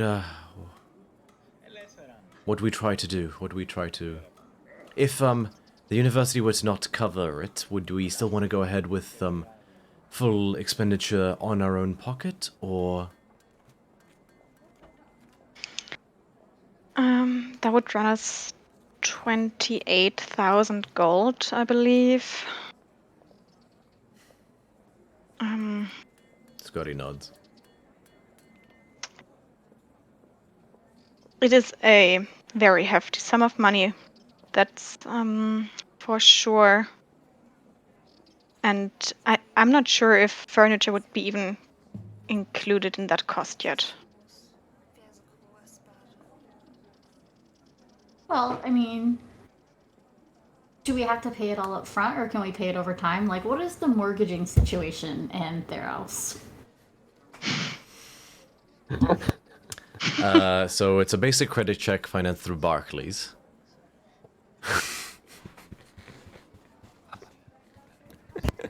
The And if one we're other late on our person who lives in payments, the it UK locks is us shaking in. his head.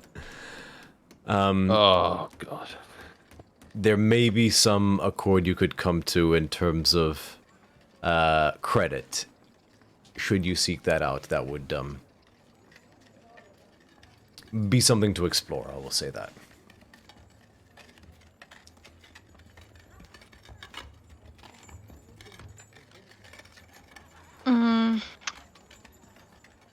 Do we maybe have a few more days to sleep on this and think this through and discuss again? The Or is- Goliath says, take as many days as you like. I just, it's unlikely, but I can't guarantee someone wouldn't make an offer during that time. It is on the open market.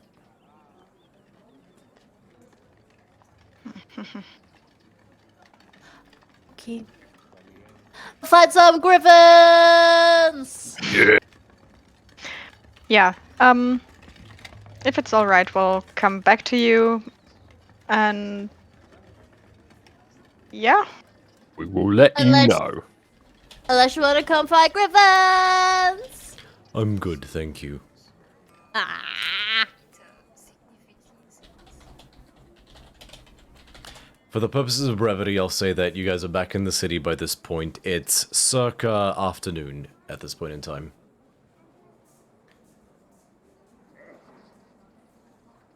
But you are back within the city. What would you like to do? I'd like to go get some lunch. I think that'd be nice. Easy enough. Lunch.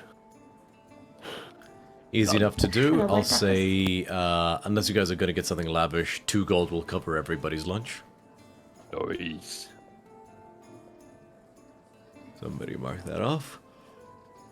And as you're sitting there eating your, like, full-sized kebabs, I'll say. Yeah, pretty much.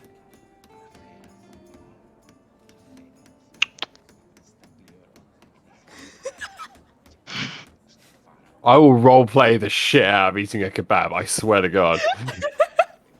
We've got 2 more hours left. Let's go. I can RP negotiating with the DM about mortgaging the university. And you can find a new DM. Oh, but the eating a kebab for 2 hours isn't off the table. Oh, mate. Priorities, alright? No, I was not. I did not say I was okay with the kebab. I was just trying to think of an appropriate punishment. Kebab mimic. That's what was gonna happen. Sign me up. I would eat the kebab mimic, okay? Death by kebab. And it would That's how eat you we all from the end. inside out. Yeah, correct. yeah, Bacchios is still yearning for some blood after he didn't get to eat the vampire. Listen, I was promised vampire flesh and I didn't get any, okay? Is there a pet You shop could've around tried here? to Can we eat get him a one at a rabbit? A live one. Yes. Yes. No? No. Oh, please. Anywho, should we stop by the University, Bithynia, to, discuss? Negotiate. And then we head to the Griffins. Fighting griffins! Hilaire, what did they put in your morning coffee? You're way more hyped up than usual. I don't know. I think it's the seagull from last night has done something to me. You know, any flying creature, I'm just like, "Grr!" You, Hilda relates to you as well, Xanthia, that, earlier today she ran into a very nice man on one of the, back alleys, and, he had these, little strips of, little squares of paper, with, little hearts on them available for purchase, and he, simply told her to, place it on her tongue, or was in, like, put it under her lip and, for, like, 5 minutes, and it just made everything so great. No, I'm kidding. She did not buy LSD from a guy in an alley. It's too late. I already wrote it down in my notebook. Cannon. Okay, it wasn't LSD. It was No drugs. there was a lovely satyr lady had some brownies for sale. Okay, Hilera did drugs. This just goes to show, Into drugs. kids, don't buy drugs. Yeah. Become a pop star and they give you them for free. Oh, God, I saw that coming. I totally saw that coming. Ah, love Bill Nye. What? Oh, What Bill is Nye, this stream? it's I was referencing Love Actually. Okay. Yeah, I got it. Don't worry, I got you. So, easy enough, you are granted an audience with Headmistress Persis. And that same crotchety old lady. I'm sorry, Bithynia. And just to clarify, you guys are back at the, you guys are at the Decatia again. And I'll say as well, just because it's become relevant for the first time, Bakos, you in particular are slightly bewildered, and you pointed out to everybody who noticed for the first time, the actual campus is a couple miles, like, wide. And you're surprised because when you look at the walls, like the walls of the campus from the outside of it, it seems to comfortably fit within a few hundred square feet of the city. Bigger on the inside. Or is it smaller on the outside? Bigger on the inside than it is on the outside. Bithynia, you would know it's not quite a pocket dimension. There is a very powerful, very ancient spell when the school was founded that sort of fucks with space within the confines of the Decatia. It's fine. Everything is fine. Haven't relative It's not dimensions. as big as it seems. It is. It is bigger than it seems, but you're fine. It exists on the You get same used to it. plane. It's just it's distended. Whenever anybody asks how does it work, the answer everyone gives is yes.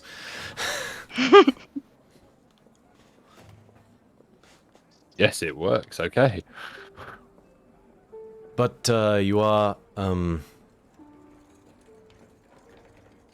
you enter the Decatia campus, which is actually available to view on Legend Keeper if you guys wanted to.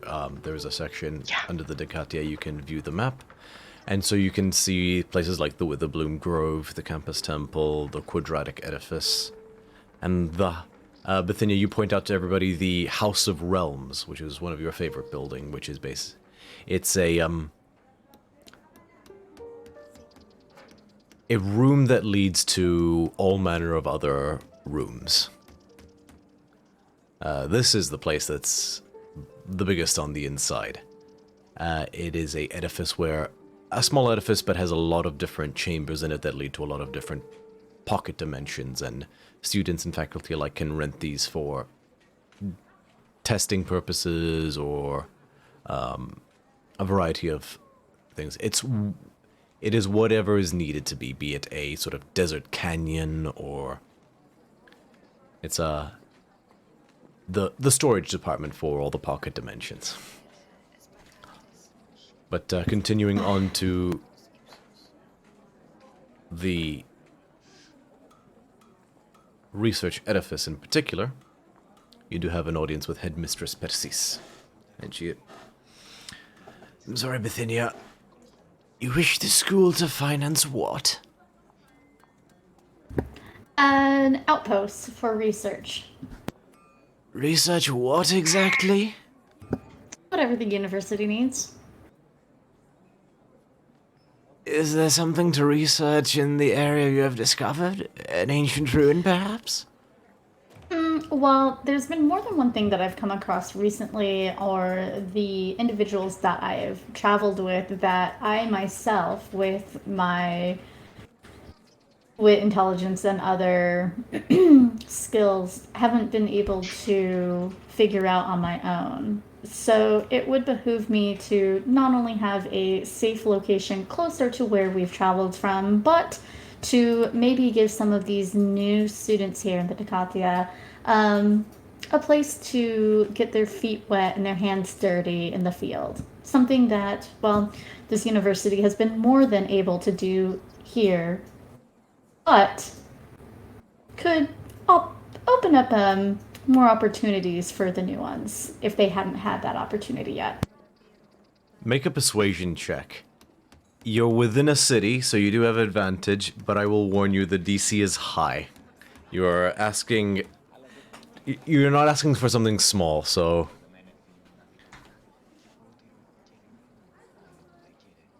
I don't know if I should go with my real dice or my... Okay, we're just gonna do it. Oh, balls. Okay, You can go with your real dice if what you do I like. get to add to? Well, I can, but I rolled. I don't know if it would be better. What do I get to add to it? Persuasion. So, Did you roll with advantage? yeah, so one of her piety abilities is she rolls with advantage on persuasion checks while she is within a city. That's cool. So I heard a gasp then- of delight. no, I mean it is what it is. I rolled twice, which gives me. So I got persuasion, and then what do I get to add on top of my persuasion?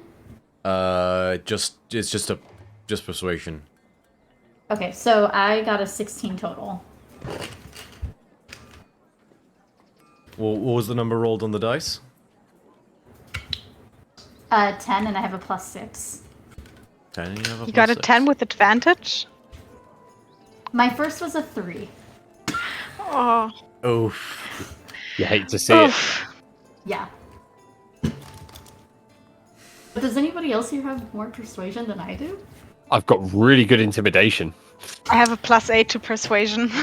I will let you know, Bakios, this is the headmistress of the most prestigious, most powerful magical academy in the world. Attempting to intimidate her may not be the smartest thing. I could try and seduce her. That might work. You know, Bacchus does have a thing for MILFs. Yeah. I'm just saying. Wait, if where are she you wants to getting that stay from? over- Where are you getting milk I'm from? just It's like, saying. what has happened in the last 3 months that's meant you think that Bokios likes milks? Janice. Yeah, fair enough. Yeah, alright, yeah, I'll allow that. Yeah, put my hands up to that one. I will say, I'm just saying. if should Bakios attempt to seduce this woman, if I don't know if Kratos, Professor McGonagall / Fick exists, but you could change some names and it would be a 1-to-1 conversion. Nice. Can I leave the room before you try to seduce her, though? I don't want her coming back. I work here. I still want my house. I'm okay with it. I just don't want to be implicated. If Listen, it you'll be goes fine with wrong. it if I roll really well, okay? I will, but if you roll a 1 and start fawning over her feet or some shit, like that's gonna be really weird. I mean, I'm not opposed, but I just don't know if you could don't- handle me, young man. Don't be hating on someone's kinks, Bithynia. What you do in the privacy of the cup and whatever it's called, the cup and Listen, we've thistle, talked about foot fetishes before on this channel, alright? We've talked about a lot of things. What you do to the headmistress or what she does to you in order to get this place secured is... I'm not above it. I'm just Gonna saying teach that... me a lot of things. With a 16, Bithynia. So the DC was 20. What I will say Shucks. is she says to you, I know that fort. It is a little rundown, to say the least. Were you to procure your own investment to have it become serviceable at the very least, I might entertain this question again regarding additional funds. to fully spruce it up.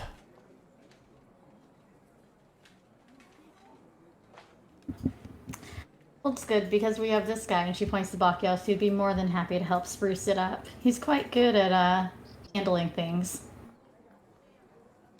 Are you my pimp now, Bithynia?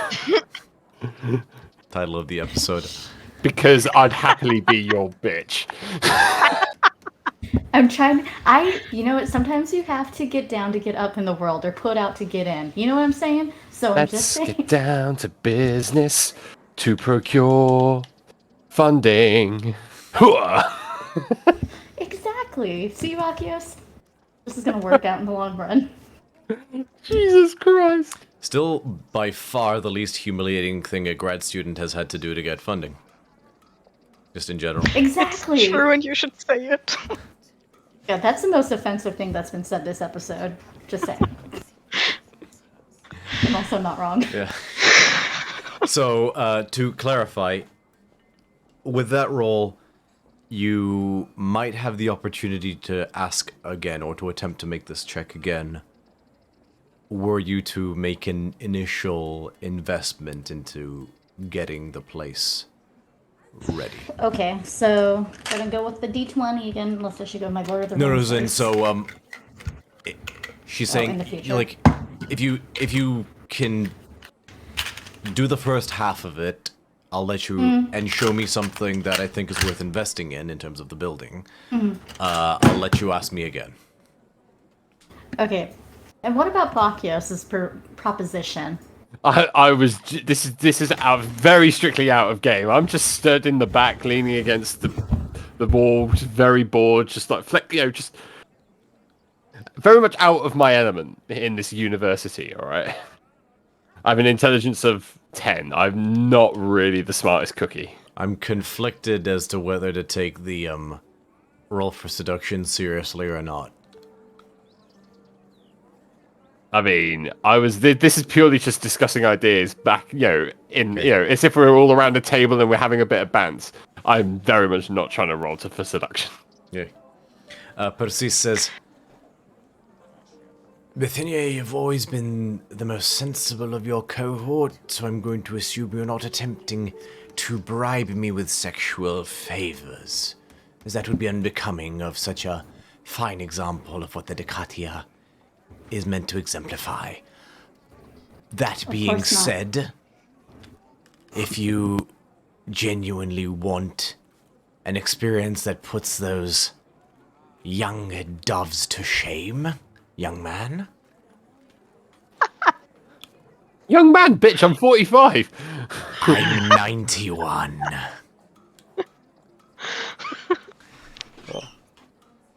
Oh my god, but she Out puts of game, she my puts down initial her response- spectacles.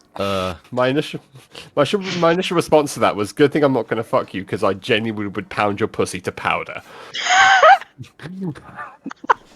That was my initial thought. That's the first thing that popped into my head.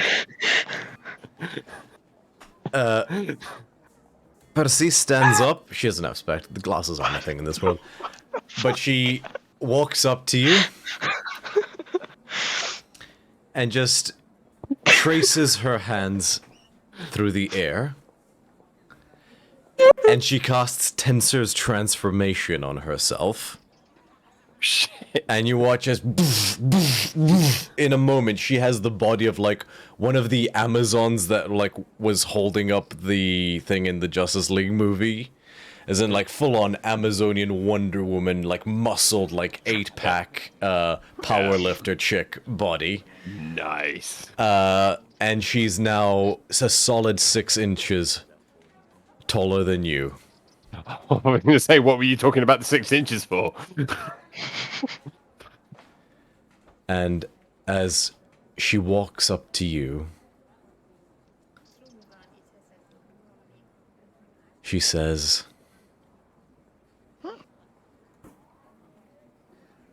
Are you absolutely... No. Are you absolutely sure about that? I mean, not anymore. I'm willing to find out.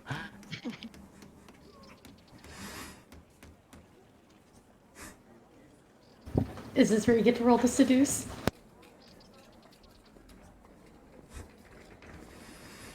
And she And she responds to your assertion about turning one thing into powder.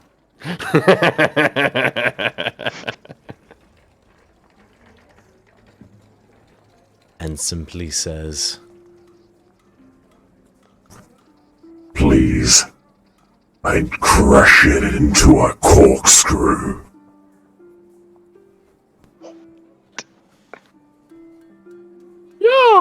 Yeah. I think I'll leave that. Thank you. Are you sure, Bakos, you don't want to die trying? roll persuasion. I'll say at this point, she drops Tensor's transformation and just... She says that she's got like that old lady chuckle, like when an old person just doesn't give a fuck. She just gives that kind of like... Oh, I do enjoy your company. Just says to all of you guys, you're always amusing. And I mean that as the highest of compliment. Well, if we can secure the funding, and I'm sure that we can, you are always welcome to join us. There will be a bed reserved just for you, and it can be, on my own word, that it'll be for you and you alone. She'll look at Bakos. If you are all considering acquiring a stronghold, it may behoove you to keep in mind that at a later date, should you come into more funds, you could construct your own fort.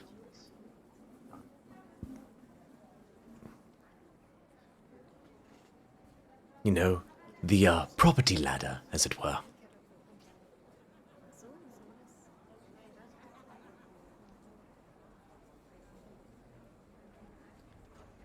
Just a, suggestion, but yes, should you be able to present a sufficient proof of concept, I may entertain the conversation again regarding funds to set up this facility.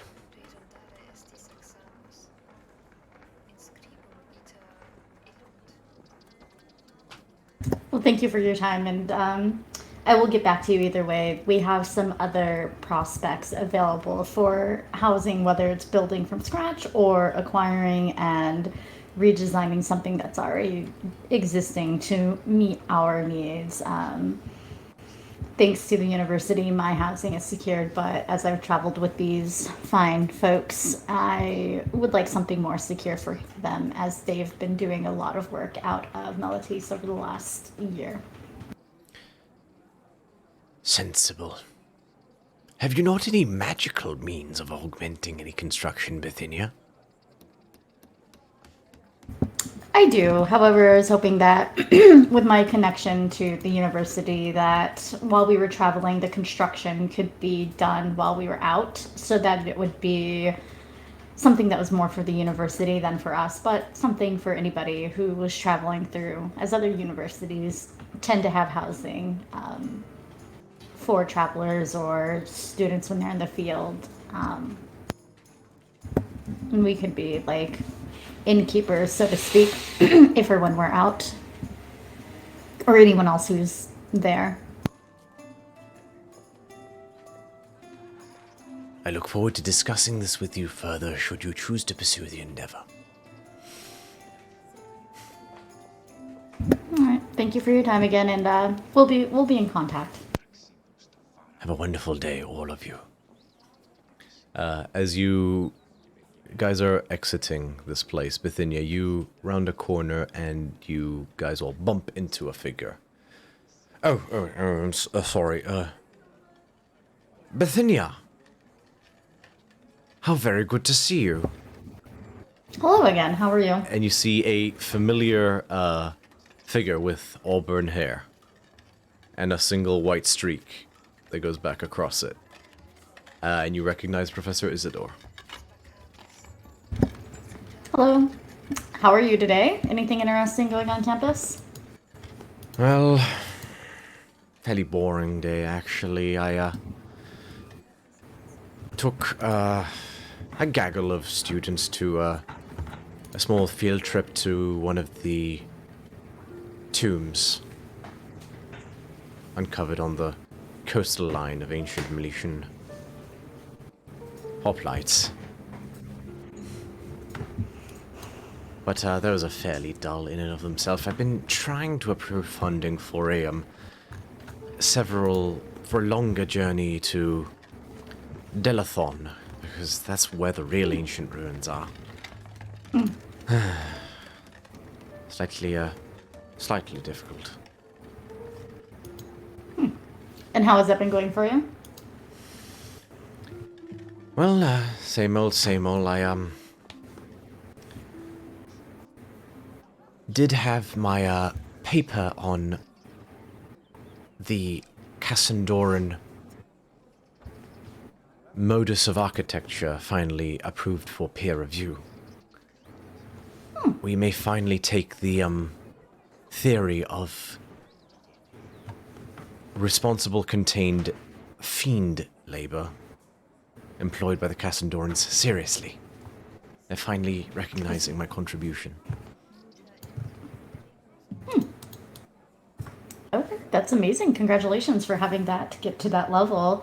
What do you hope to do once it's approved?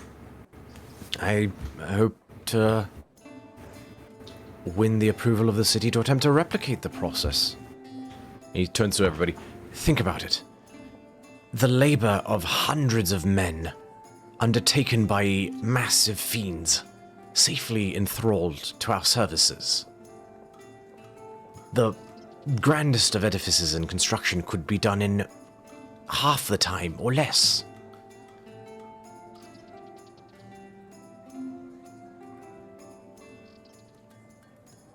But That'd be impressive. Still a long way to that. I shan't keep you. It was lovely seeing you again, Bithynia. Good day. You as well. And the figure walks off.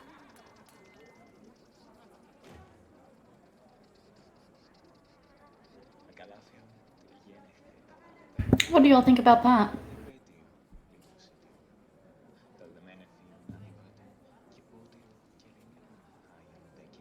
That sounds like a really shit idea. Listen, right, safely enthralled? What does that snake-looking motherfucker know about safely enthralling? All it needs is for one mistake, right? And then this place is lousy with fiends. And who's gonna have to kill them? Probably us. Why not just get good old flesh and muscle to just do it? Why not both? Listen, I know. Who is it that conjures fiends? Who is the warlock here? That is Bithynia, right? Yeah. You know, listen, okay, how many times have you summoned a big fiend and lost control of it? Every time. Exactly, right? Every goddamn time we have to finish off those things, which do, help in battle, but then the fight goes on a bit longer because we have to kill the things that you bring in to finish it. However, the one that we did or had last time dissipated on her own underwater. However, the circumstances. Scotty says, "What? Most things dissipate on their own underwater, Bithynia, unless they live in the water."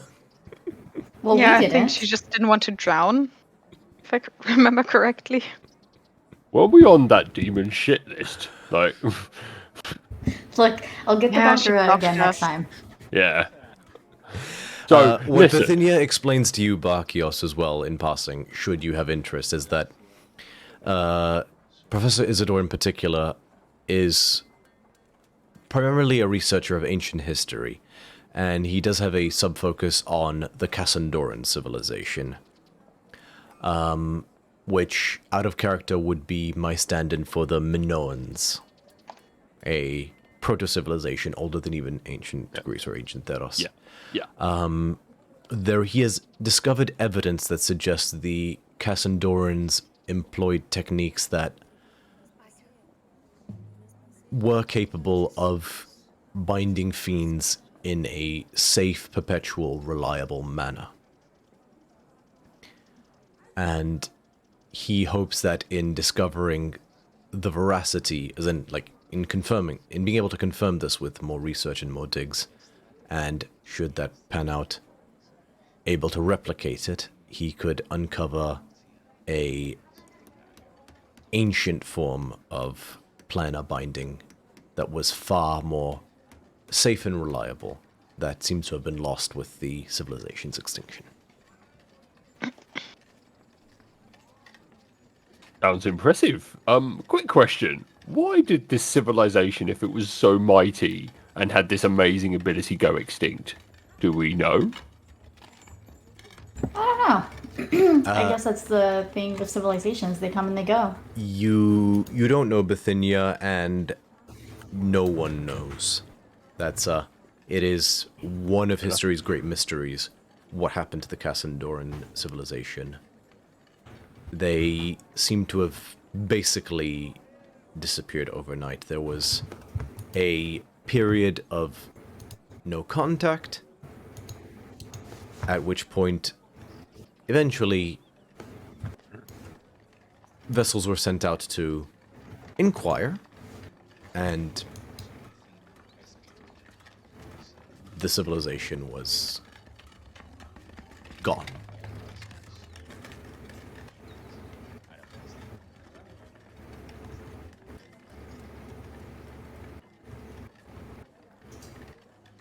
I'll say by this point you guys are back, just walking the streets of the city. What would you like to do? So about those griffins, Yeah. can we still make it there today?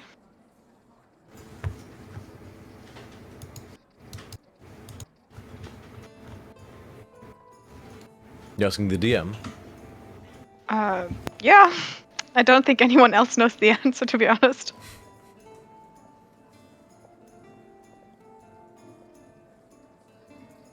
You're not sure. You don't actually know where these griffins are, or... Oh, on the sheet, was there like a point of contact for the quest itself? There was... I believe there was, sorry, once. You know that there was a mention of a Ranger El Tora of the Reverend Army.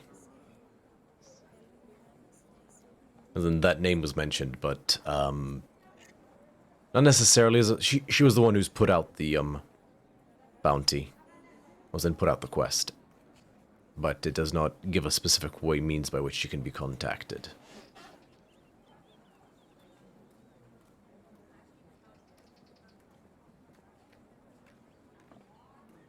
Ranger Army. Bithynia, you know Melody's the best. Do you know anything about this Ranger Army? To clarify... Am I a joke to you?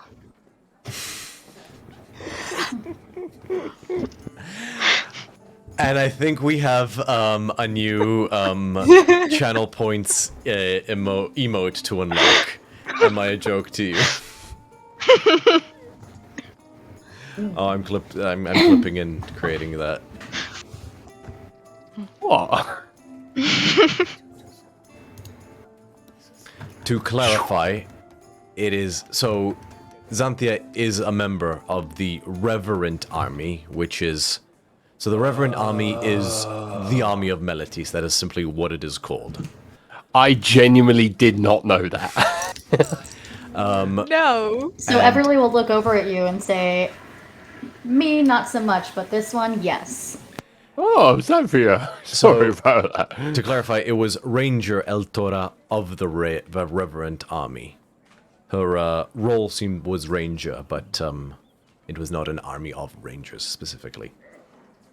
Xanthia, do you have anything to say about this? Do you have any insight or history that you could share with us, given your background? Can I roll something to check for that? Roll a history check. Sure. I'm not good with that. Oh, natural 20. You you know Ranger Altora. She's a Triton like yourself. She deals with a lot of coastal related securities.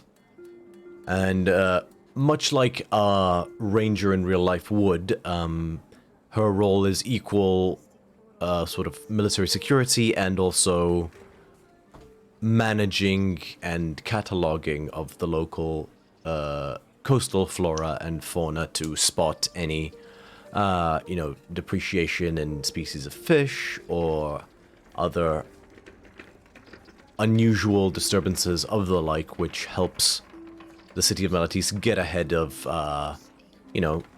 monster attacks or things like that. In some ways, like, oh, all the tuna have gone missing. Let's keep an eye out for a big fucking shark or that sort of thing. Mm-hmm. So she deals a lot. Would I know where she works exactly? Or like where her office, like main place of work is, I suppose. There is a separate barracks. So there is the main barracks which Molpedia operates out of, which is just sort of within the hillocks and the cliffs of the city, away from the sea. Amongst the port itself, to the side of the city itself, there is a separate barracks that it's not exclusively for Tritons, but it has facilities that allow instant access to the water and the like, and so it's built for Tritons, but to make use of their unique swimming capabilities and underwater capabilities, she would likely be operating out of there. Mm-hmm. Yeah. I know Altora. She's working with kind of coastal security, keeping an eye on the flora, fauna, that kind of stuff. And I have an idea where we could find her at least.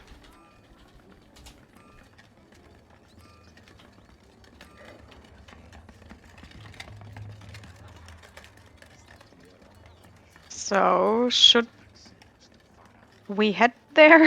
Or what are you guys thinking? I think it's good to go. I mean, Yeah, why not? we got nothing else to do. Cool. Alright. You venture towards where the port is. Relatively straightforward to do. And Xanthia, you basically lead them on a trek beyond the cliffs of the city, other than on the top of the cliffs, that the city itself being nestled between in like a little inlet valley. And you're walking along the cliff shoreline, maybe 300 feet or so before there's a sort of separate goat's path that descends downwards into this, similar to in sort of like protruding from the coastline to the fort you viewed earlier in the day, but this one's sort of built into the rocks as opposed to being jutting out from it. And you guys do see a stable for hippocamps located here, a sort of section of building that leads straight into the water. You surmise there's likely a chamber on the inside that leads directly into the ocean, and various other facilities that make the water as accessible as possible. And various Tritons who call the city their home operate out of... You see them operating out of there. Yeah. I kind of greet some of the more familiar-looking faces, I would suppose. They give you a greeting in Aquan.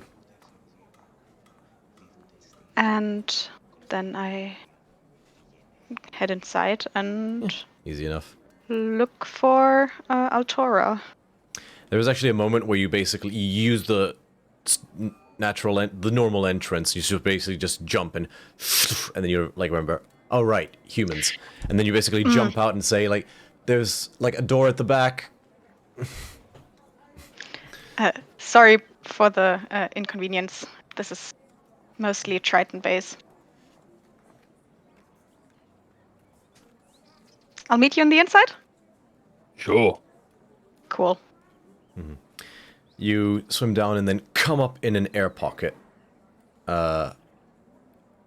where others are in various state of getting gear and the like, and many say hello to you. You are relatively known here. One of them, by the name of Theros, actually mentions having heard of your exploits with the sea serpent. Ooh, And compliments you on that endeavor.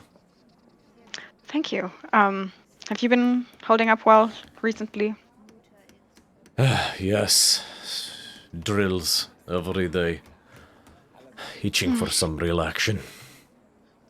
If you ever get bored, you can just join us for an adventure if you want to. Might hold you to that. Looking forward to it. Something out in the water, though. Deep sea. There haven't been many quests in the deep sea as of late, but if we ever have some, I'll come back to you. I'll hold you to that. Before he just backflips into the water. And you all reconvene, and asking around a little bit, you manage to find Eldora. And as you enter her little... So she doesn't have an office per se. There is a section that is located specifically for the rangers that has various accoutrements, including where the arrows are kept. And you get the sense looking around this place, different sort of fletching facilities and stuff like that. This is a sort of communal hall that's within this building, within this fort, that is specifically for those of range capabilities or rangers in general. Different maps and the likes and other herbs and things that might help with tracking and the like. You spot Ranger Eldora, as she is actually in the process of fletching a fresh set of arrows. She turns and stands up and greets you. So this was no secret to you, Xanthia. What you guys see is actually a humanoid figure with Piscean qualities, like all Tritons, but her skin is gray, with a sort of white underbelly. She smiles a large, like friendly smile, but it's sort of offset by the jagged sharpness of her teeth. This is a Sokolan Triton, a variant of Triton with shark qualities to them. So she, and in particular, what sets her apart is she has this large, hammer-headed crest, which sort of juts out. No hair, except sort of like this one sort of long strand that goes down her back. Her shoulders have these shark fins, which slope backwards, small ones. No, not a traditional nose, but sort of slanted upwards. What the heck, let's use this as a reference image. I won't share this with thing because it's copyrighted, but on player's board. Sorry, I do apologize. So, like, the figure in the center of this reference image, like a hammerhead shark woman.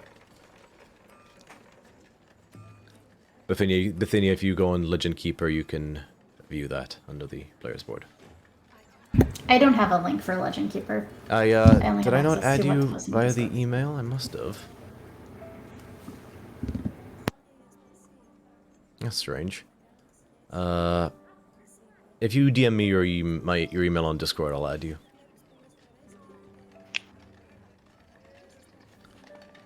Sorry about that. And she says, Bithynia! Good to see you. And she, sorry, not Bithynia, fuck. Xanthia, good to see you. And she pulls you into an arm clasp and then meets her head with yours in a greeting that is more Sokolan than outright Triton, but you meet it out of custom and understanding that it is what it is. It is very nice to see you again. To what do I owe this visit? My group, we've heard that you're concerned about a group of Griffins. Is that still up and running? Is that... I've not heard news of abatement of the attacks. Well, in that case, if you can tell us more about it, we would be very happy to look into it. Well, as I'm sure most of you know, griffins are not exactly kittens in the first place, but they tend to know well enough to stay away from civilization. They've recently gotten bolder, attacking caravans directly and farmsteads and the like, which is unusual. They're relatively smart creatures. They know to avoid things that could get them killed. I've drove them off once or twice when it was necessary to do so. They tend to always run away. They're more aggressive, but they're more skittish too.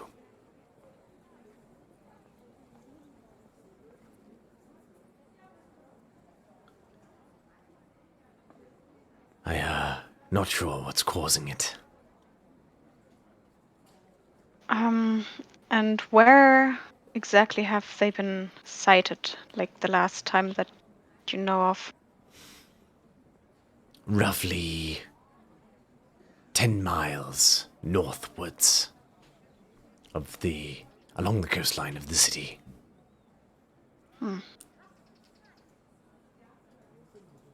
All right.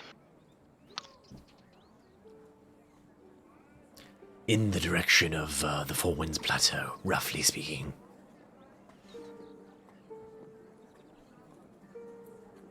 Okay. Well, I tracked to what I think is their nest. I saw them light in that direction. I didn't follow further than that, out of fear of being outnumbered. do you have a rough estimate of how many they are? I drove a 5 when I faced them at first, but griffins tend to leave members of the flock to guard the nest. So you could potentially be looking at twice that much. I see, yeah.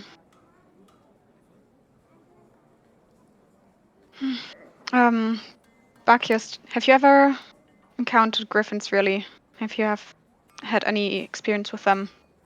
I don't know. DM, how's Bokios encountered griffins? I'm gonna say roll a history's off. Roll a nature check. Nature. Ooh, nature. I like this. Oh, not so good. That is a 7. Oh no. So, not for lack of a remember, I'm gonna say that this was more for rolling for existence as opposed to rolling for remembering, if that makes sense. You haven't actually encountered, I mean, you've seen them in the wild, but generally at a distance, you've, by happenstance really, not had cause to interact with them. They can fly, so they're a bit hard, they're fairly tricky to hunt, and there is plenty of equally sustaining game that's far easier to hunt. And they like to put their nests quite high, so attempting to make an omelette out of their eggs is a lot of risk for a minimal reward, so... Oh, but bloody delicious.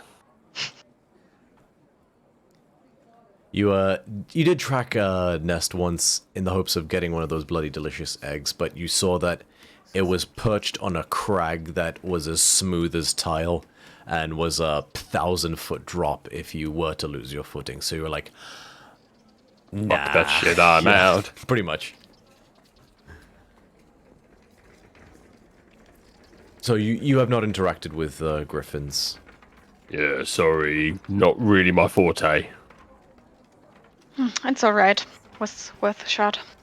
You've interacted with wyverns, but from what you are hearing being described of the habitats of griffins, you get the sense that there's not much overlap, so you don't really have much useful information to offer. Wyverns are not pack creatures. They are solitary unless it's mating season.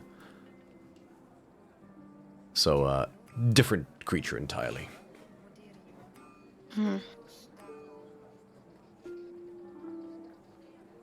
And to clarify, you would want us to look into the cause of the griffin's strange behavior, not necessarily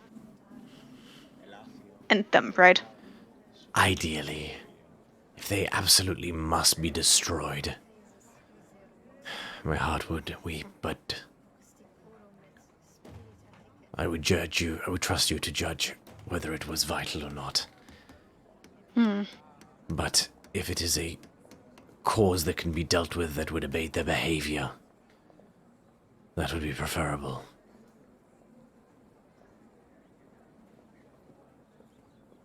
Alright.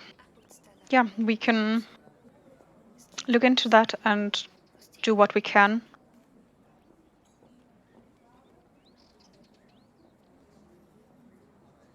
Very well. I was able to approve the appropriated reward funds.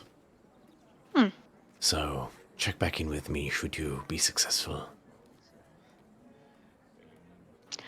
Alright. Then I suppose we'll take our leave, and I'll see you again soon. And she gives you a more common amongst Sokol and Tritons goodbye greeting, which she simply says to you, Swim in silence, Cynthia. You too.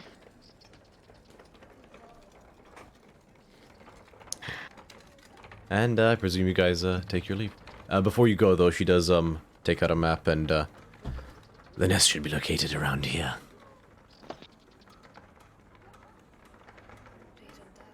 she points it out to you. Perfect. Thank you. Oh, as you guys exit this place, it is about 5 p.m. with everything considered. So, what would you like to do?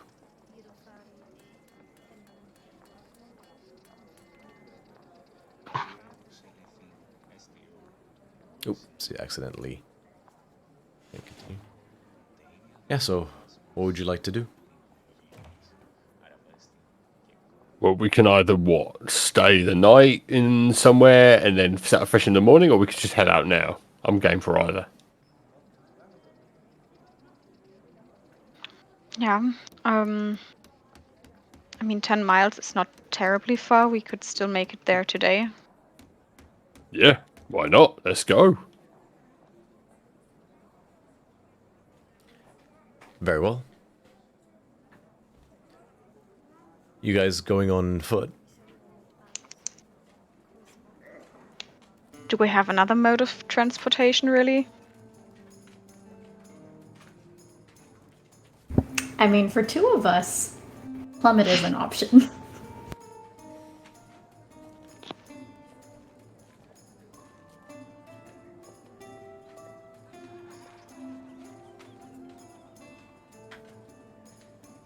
Scotty says, "This is on the coastline, right? Mm-hmm. Do we want to take the ship?"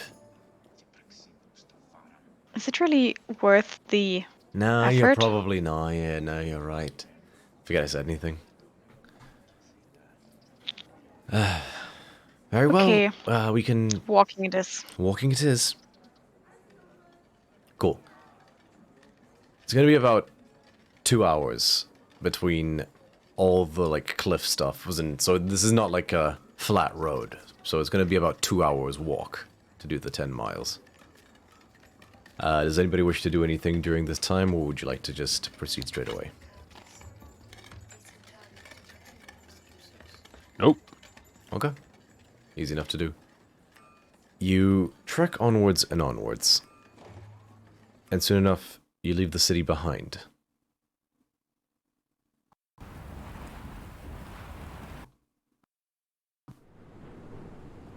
Soon enough, you leave the city behind, and as you keep walking along these higher and higher cliffs.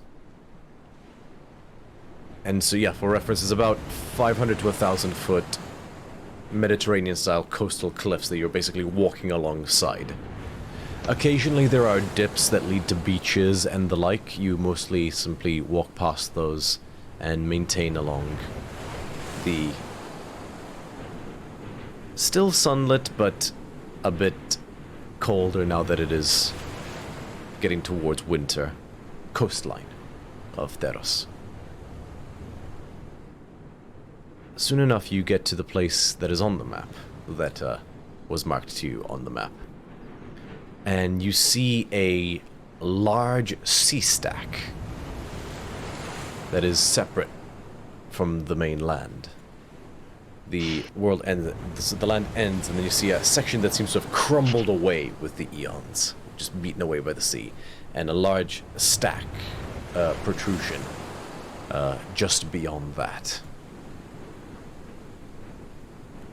Bithynia, with a quick calculation using her navigator's tools, ascertains that this is the spot based off what was indicated on the map, and everything else, identifying landmarks and the like.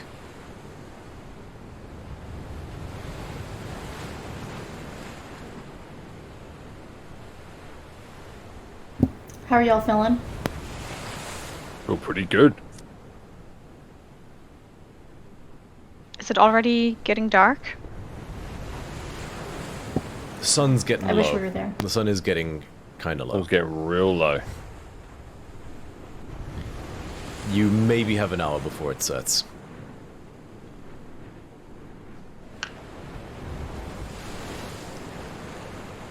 Well, what would you guys prefer? Do you still want to investigate a little bit, or do you just want to set up camp?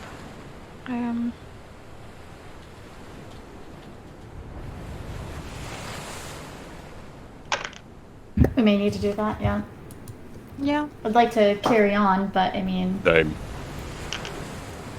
as well rested as I am, I don't want to arrive there tired, and Plummet could probably use a place to sit down or stand around and eat. For just aid and clarification as well, so what you guys do see is a, that's what I was looking for, not a sea stack, it's a karst. So if you guys look at the player's board, this is kind of the setup between the mainland and the other thing, and I'll turn on visuals as well so the audience can see, if that helps clarify. So there's the mainland to the side, and then there's this section that just erupts out of the sea.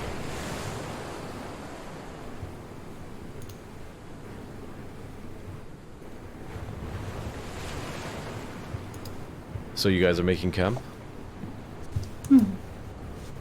Yeah. Okay. Question. Is there anything in the helmet at this time? I'll just ask now for clarification.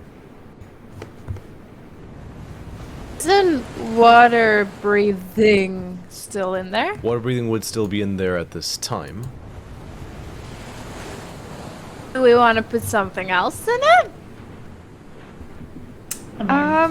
Considering the height of the karst, something like featherfall might be worth considering.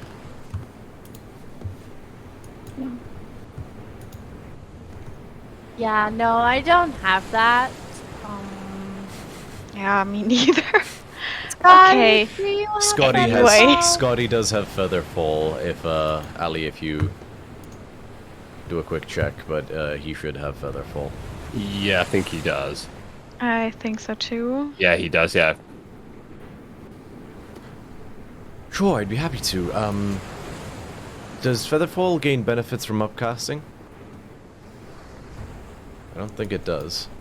Don't know, I don't think so, Let me no. have a quick check. Bear Featherfall. with... Oh, no, that is a featherfall token. Featherfall. It does not, so you'll just use a first level spell slot, and we'll put Feather Falling. Yep. 5 falling creatures though, which is nice. Now Scotty says, now remember there's 6 of us. So let's not all fall off at the same time. I can take it. Okay, but what if like one of us turns into a fish? I mean, I'm basically a fish. It's fair. We're They can look basically around. gods. We will live forever. Scotty says, Hilira, you're fast. If you fall, maybe you can just rotate your arms very, very, very quickly and make, like, tornadoes with your hands and then propel yourselves upward with that. Especially can after that cast brownie fly you've eaten this morning. Myself. Yeah, that was a really good brownie. I should really go and get some more. They were really tasty. I think they added like maybe some like vanilla or something because it was like a little bit spicy. I don't know why vanilla would do that, but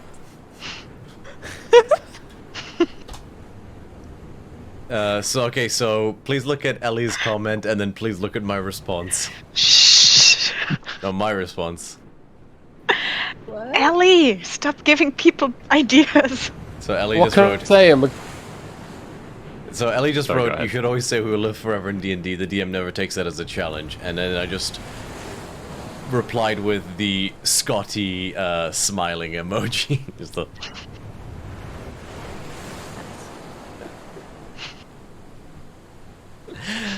I'm sorry, I love all your emojis, but that one's my favorite. Just the, yes! Bueno! So, Scotty pops Featherfall into the helmet, and, Bithynia casts the dome, and you all turn in for the evening. Can I do something? Yes, you can. What would you like to do? I'm gonna do something stupid. Let's see if I have. I the mean, I skills assumed that, but what today. specifically would you like to do? Okay, I can't do my stupid thing, so I will do that next time because I didn't prepare the spell. So I'm going. You have to soar, sit by the way, I down. want to remind you, not just fly. I know, but soar is one person, and if I cast fly at fifth level, I could do 4 people, and then 2 people on plummet. That's all of us flying. Oh, shit. Fair enough. I'm going to cast scrying Okay, what are you scrying on? Not this again. on me, Dad. Okay. What time is it? Don't know why, but I'm gonna scry on my dad.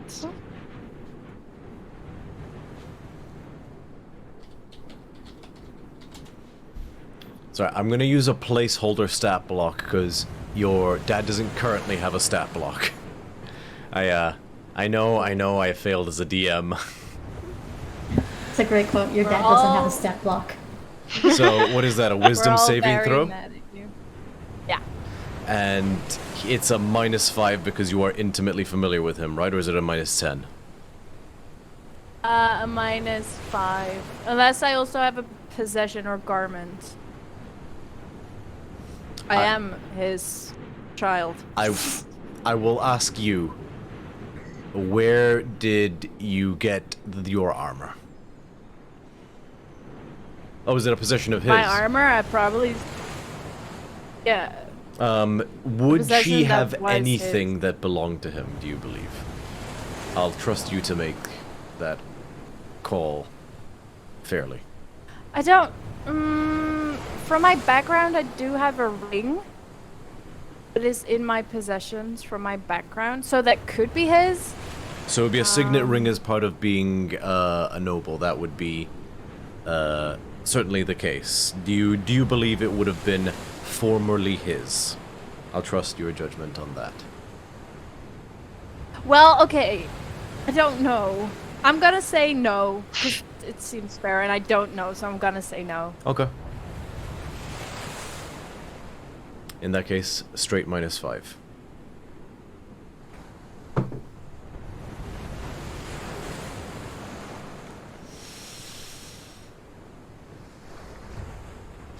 Of all the times to roll a natural 20. No. I'm conflicted because -5.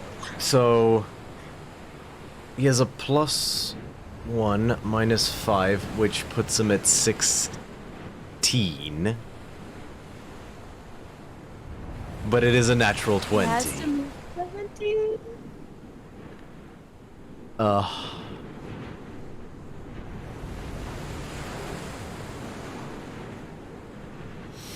A natural 20 is technically an automatic. Oh no, it's not. It's only an automatic success on ability checks, right? Oh no, it's on attack rolls. Oh yeah, on attack rolls, yeah. Okay. No, I'm gonna say, if it were the other way around, I would go. I would not entertain the natural 20 if the roll were reversed. So I'm gonna say that even with a natural 20, he fails. Yes. Okay. So, you hear a familiar voice. You sure about this? Nope. That's the spirit. Onwards and upwards into the unknown. And you feel, as you sort of go down, lie down to rest, you feel your, I guess, astral form leave your body. And in a moment, you click your heels and run. And you can't see the land as it just melts away as you just move too quickly, as you blast at 1,000,000 miles an hour across the landscape. And in a moment, you're standing in a familiar dining room. You see a muscle-bound older man with a very neatly kept longer goatee type beard. So it is a full beard with a longer goatee section. Short hair. Like an absolute beast of a man. As tall as Bacchios, but twice as broad. And whereas Bacchios has like a sort of lean bodybuilder type build, your father, you see a familiar, almost like strongman, like Hathor Bjornsson type, almost like slightly tubby, kind of massively muscled build. Like if you ever see like those actual strongman competitions. He's in the process of tearing into a whole boar's leg that's just for him. Sitting next to him, you see a familiar woman with long honey brown hair. Crow's feet at her eyes. A small dish of poached quail's eggs and other sort of fig sides and the other like. And she's trying to eat as neatly as possible. He says, "Darling, did you see a sign that said zoo outside?" "Oh, no." "Then do you mind not eating like a wild animal?" And just like, he just grabs a fistful of napkin and just like, almost like a sponge. This was tough crowd. And it's now that you spot on the other side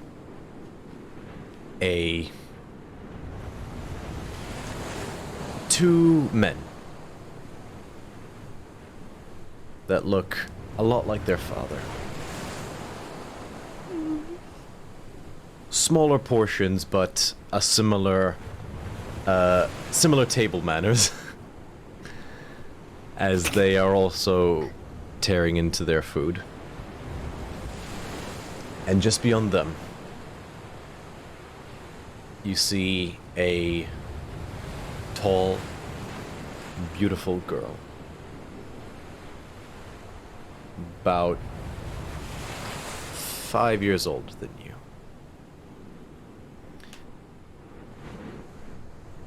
A similar honey tone in her hair, but hers is familiarly far lighter and closer to golden blonde than sort of the honey color, the honey brown color that you and your mother have.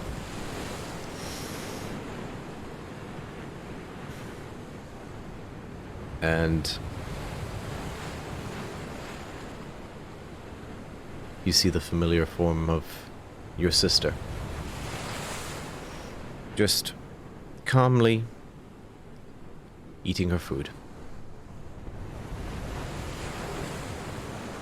And next to her you see a man that you don't recognize.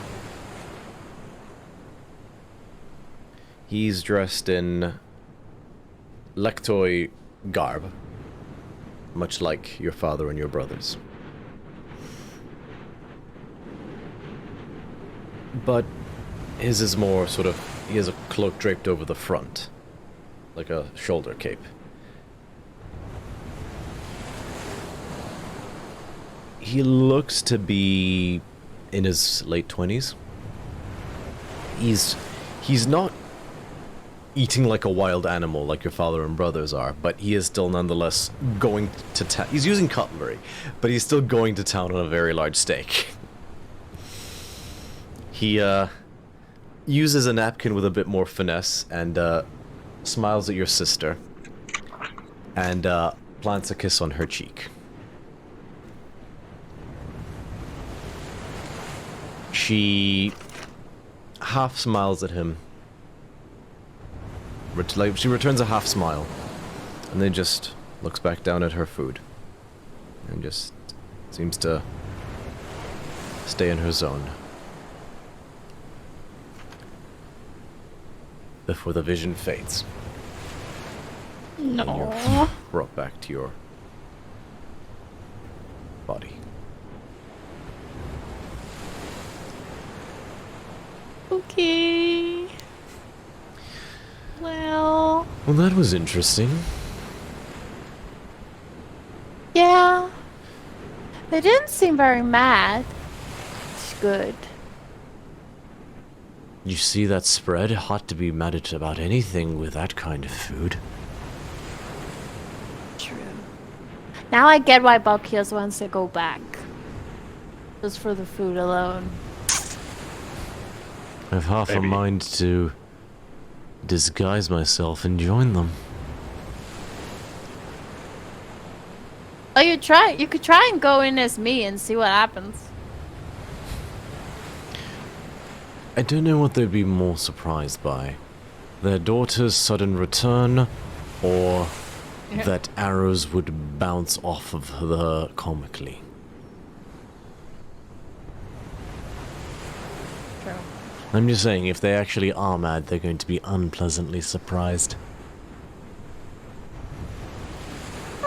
Yeah. That's correct. Yeah. But I don't think they'll actually shoot me. Probably.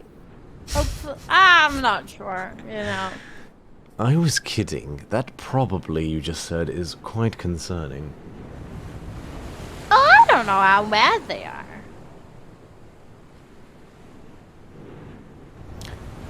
Only time will tell, I suppose.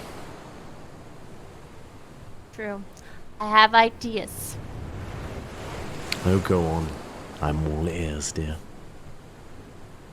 Well, you know, Buckhills told me I wanted to go back. So I was thinking I could maybe talk to my dad about it. And, like, see if my dad could help him get back in. Like, There I are don't know what's gonna happen. there are few men who could command the authority to, at the very least, get Barkios' foot in the door. Your father is certainly among them. I'm just worried what he'll ask of me in return, you know?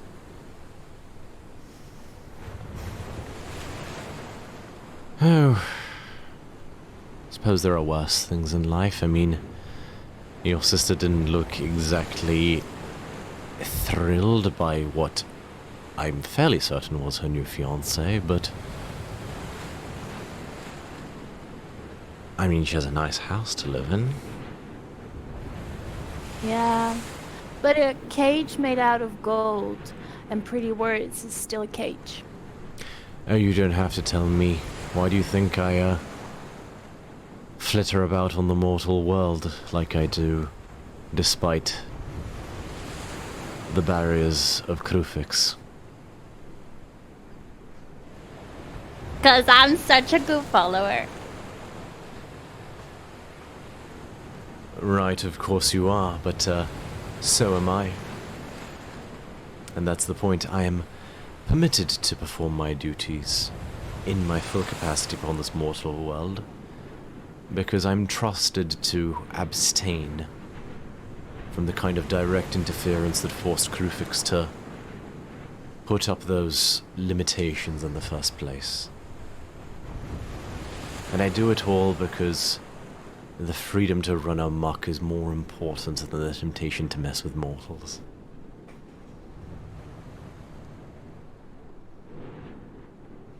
You know what? You're my favorite god. No, stop it.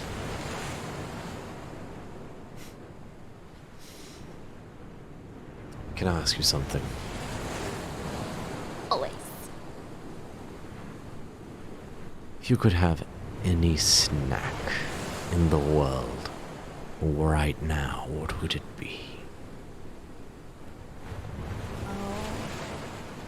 Oh, I don't know. You remember that one time you brought those, like, sweet snacks when we were doing, like, the commune and the divination and we were trying to find Amalia's dad? Oh, yes. Those were really good. Oh, yes, they are really good. Yeah. You, and his form for like half a second. You mean these ones? Yeah. And, he holds out a small plate that has 3 of them. He says, I'll take one. shh, don't tell the others. These ones are just for you. And with that, he blurs out of existence in the way you've become accustomed to. I will go into the dome. Is everybody sleeping at this point? I will say you took the first watch, and so yes, everybody is sleeping. Okay. I'll just walk over to Bakios, put my hand on his shoulder and say, I'll get you back in, bud. And I'll go to sleep.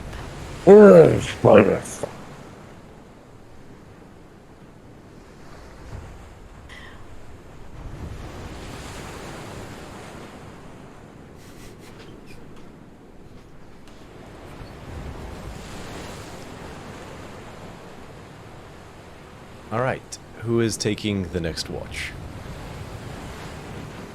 I'll take the next one, seeing as how I would have been like after being lovingly touched on the shoulder by a friend.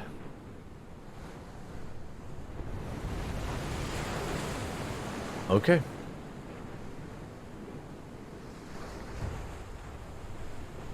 Now, I'll ask for clarification. Is everybody, including Plummet, inside the dome?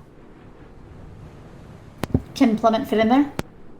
So it's 9 medium-sized creatures, I believe, in the dome, right? So we've got 6 medium and 1 large. Yeah, Plummet can fit in there.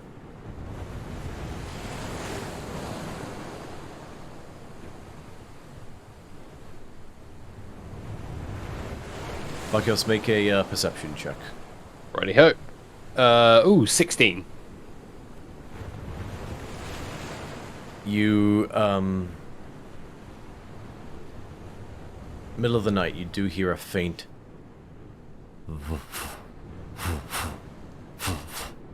the sound of several pairs of wings beating.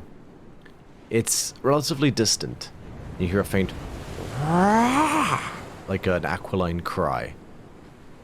It sounds like it's moving in a different direction, and it's slightly... Oh, it's away from you guys.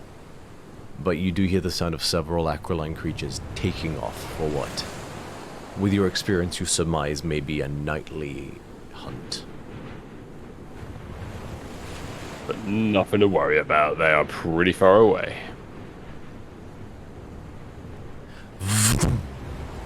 Oh, shit. You see a single griffin touch down next to you guys, next to the dome. Oh, shit.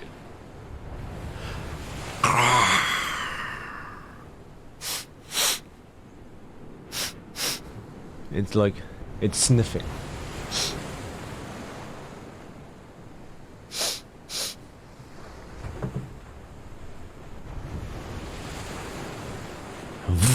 And it takes off.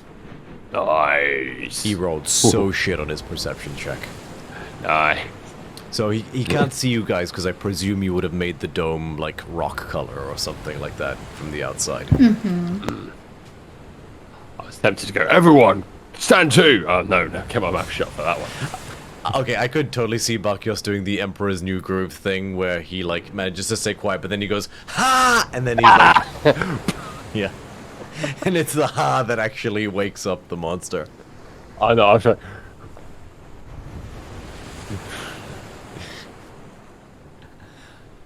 Solid reference. Daylight comes. And you all gather your things, dropping the dome.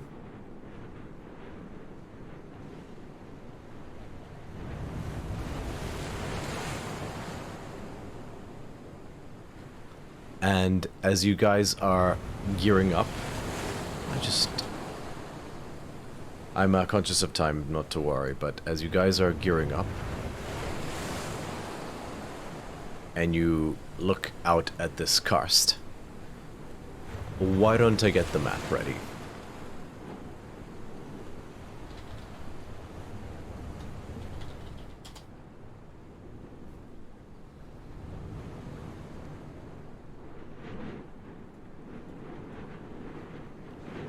Two seconds. I do apologize.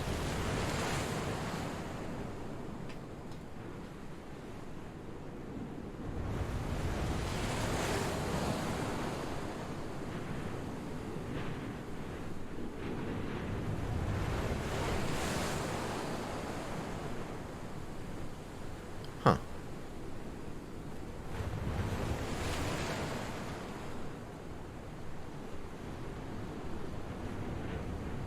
Sorry, 1 second. I thought did I delete that? I can't have.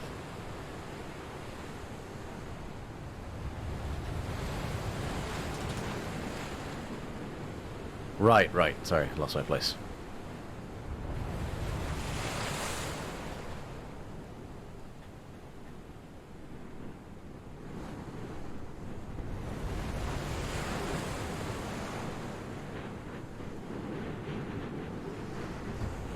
So sorry about this, guys.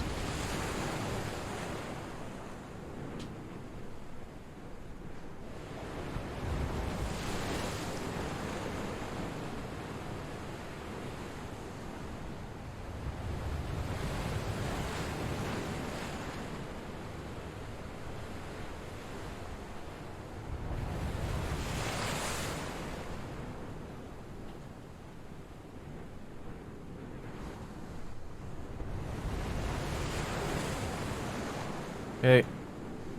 I will now activate the map.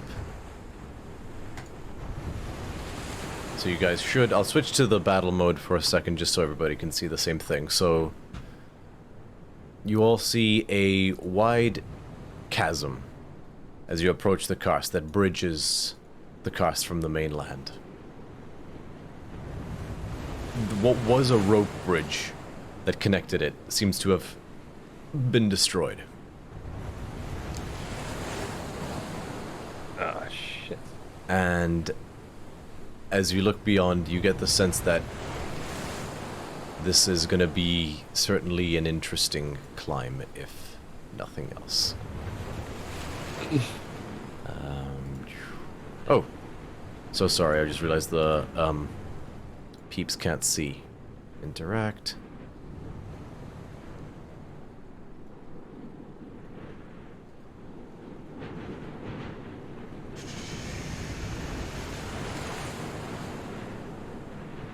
properties. Refresh cache of current page. This is a great way to end the evening.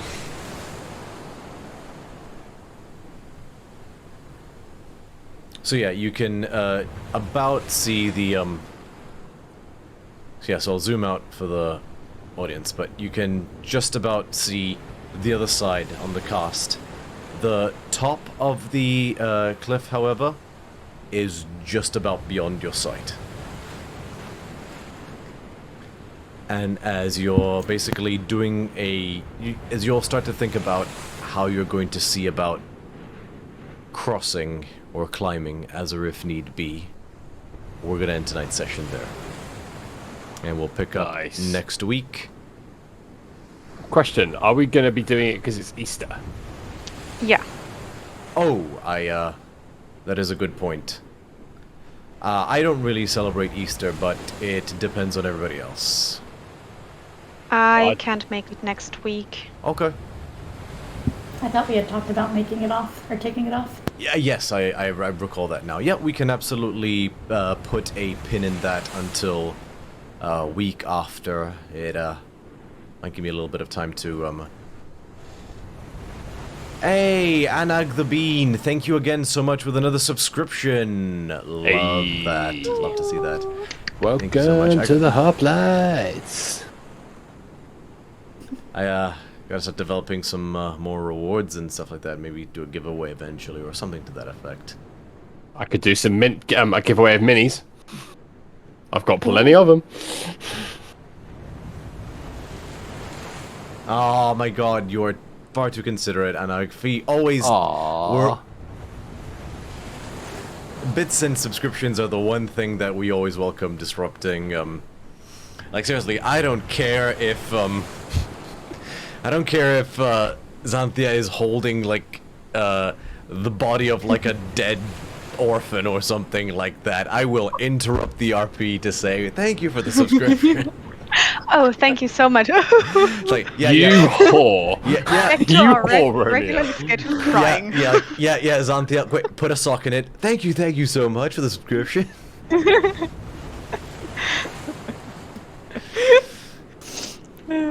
Also, I'll thank you, Bakios. The politically correct term is courtesan. Fair enough. But yeah, well, so there, true to as stated, because of the Easter break, there will be no session next week. I'll be sure to amend the calendar appropriately, but we will be back the week after that with some more DC30 with our Mythic Odyssey of Theros. Thank you all so much for tuning in. Thank you for the subscriptions. Welcome all new people to the Hoplite Army. We hope to see more of you going forward, and be sure to check out the VODs if you want to catch up on the YouTube channel by the same name. Absolute pleasure, Ellie. Y'all have a good night. Again, it's been a pleasure. We are DC30. Bye-bye.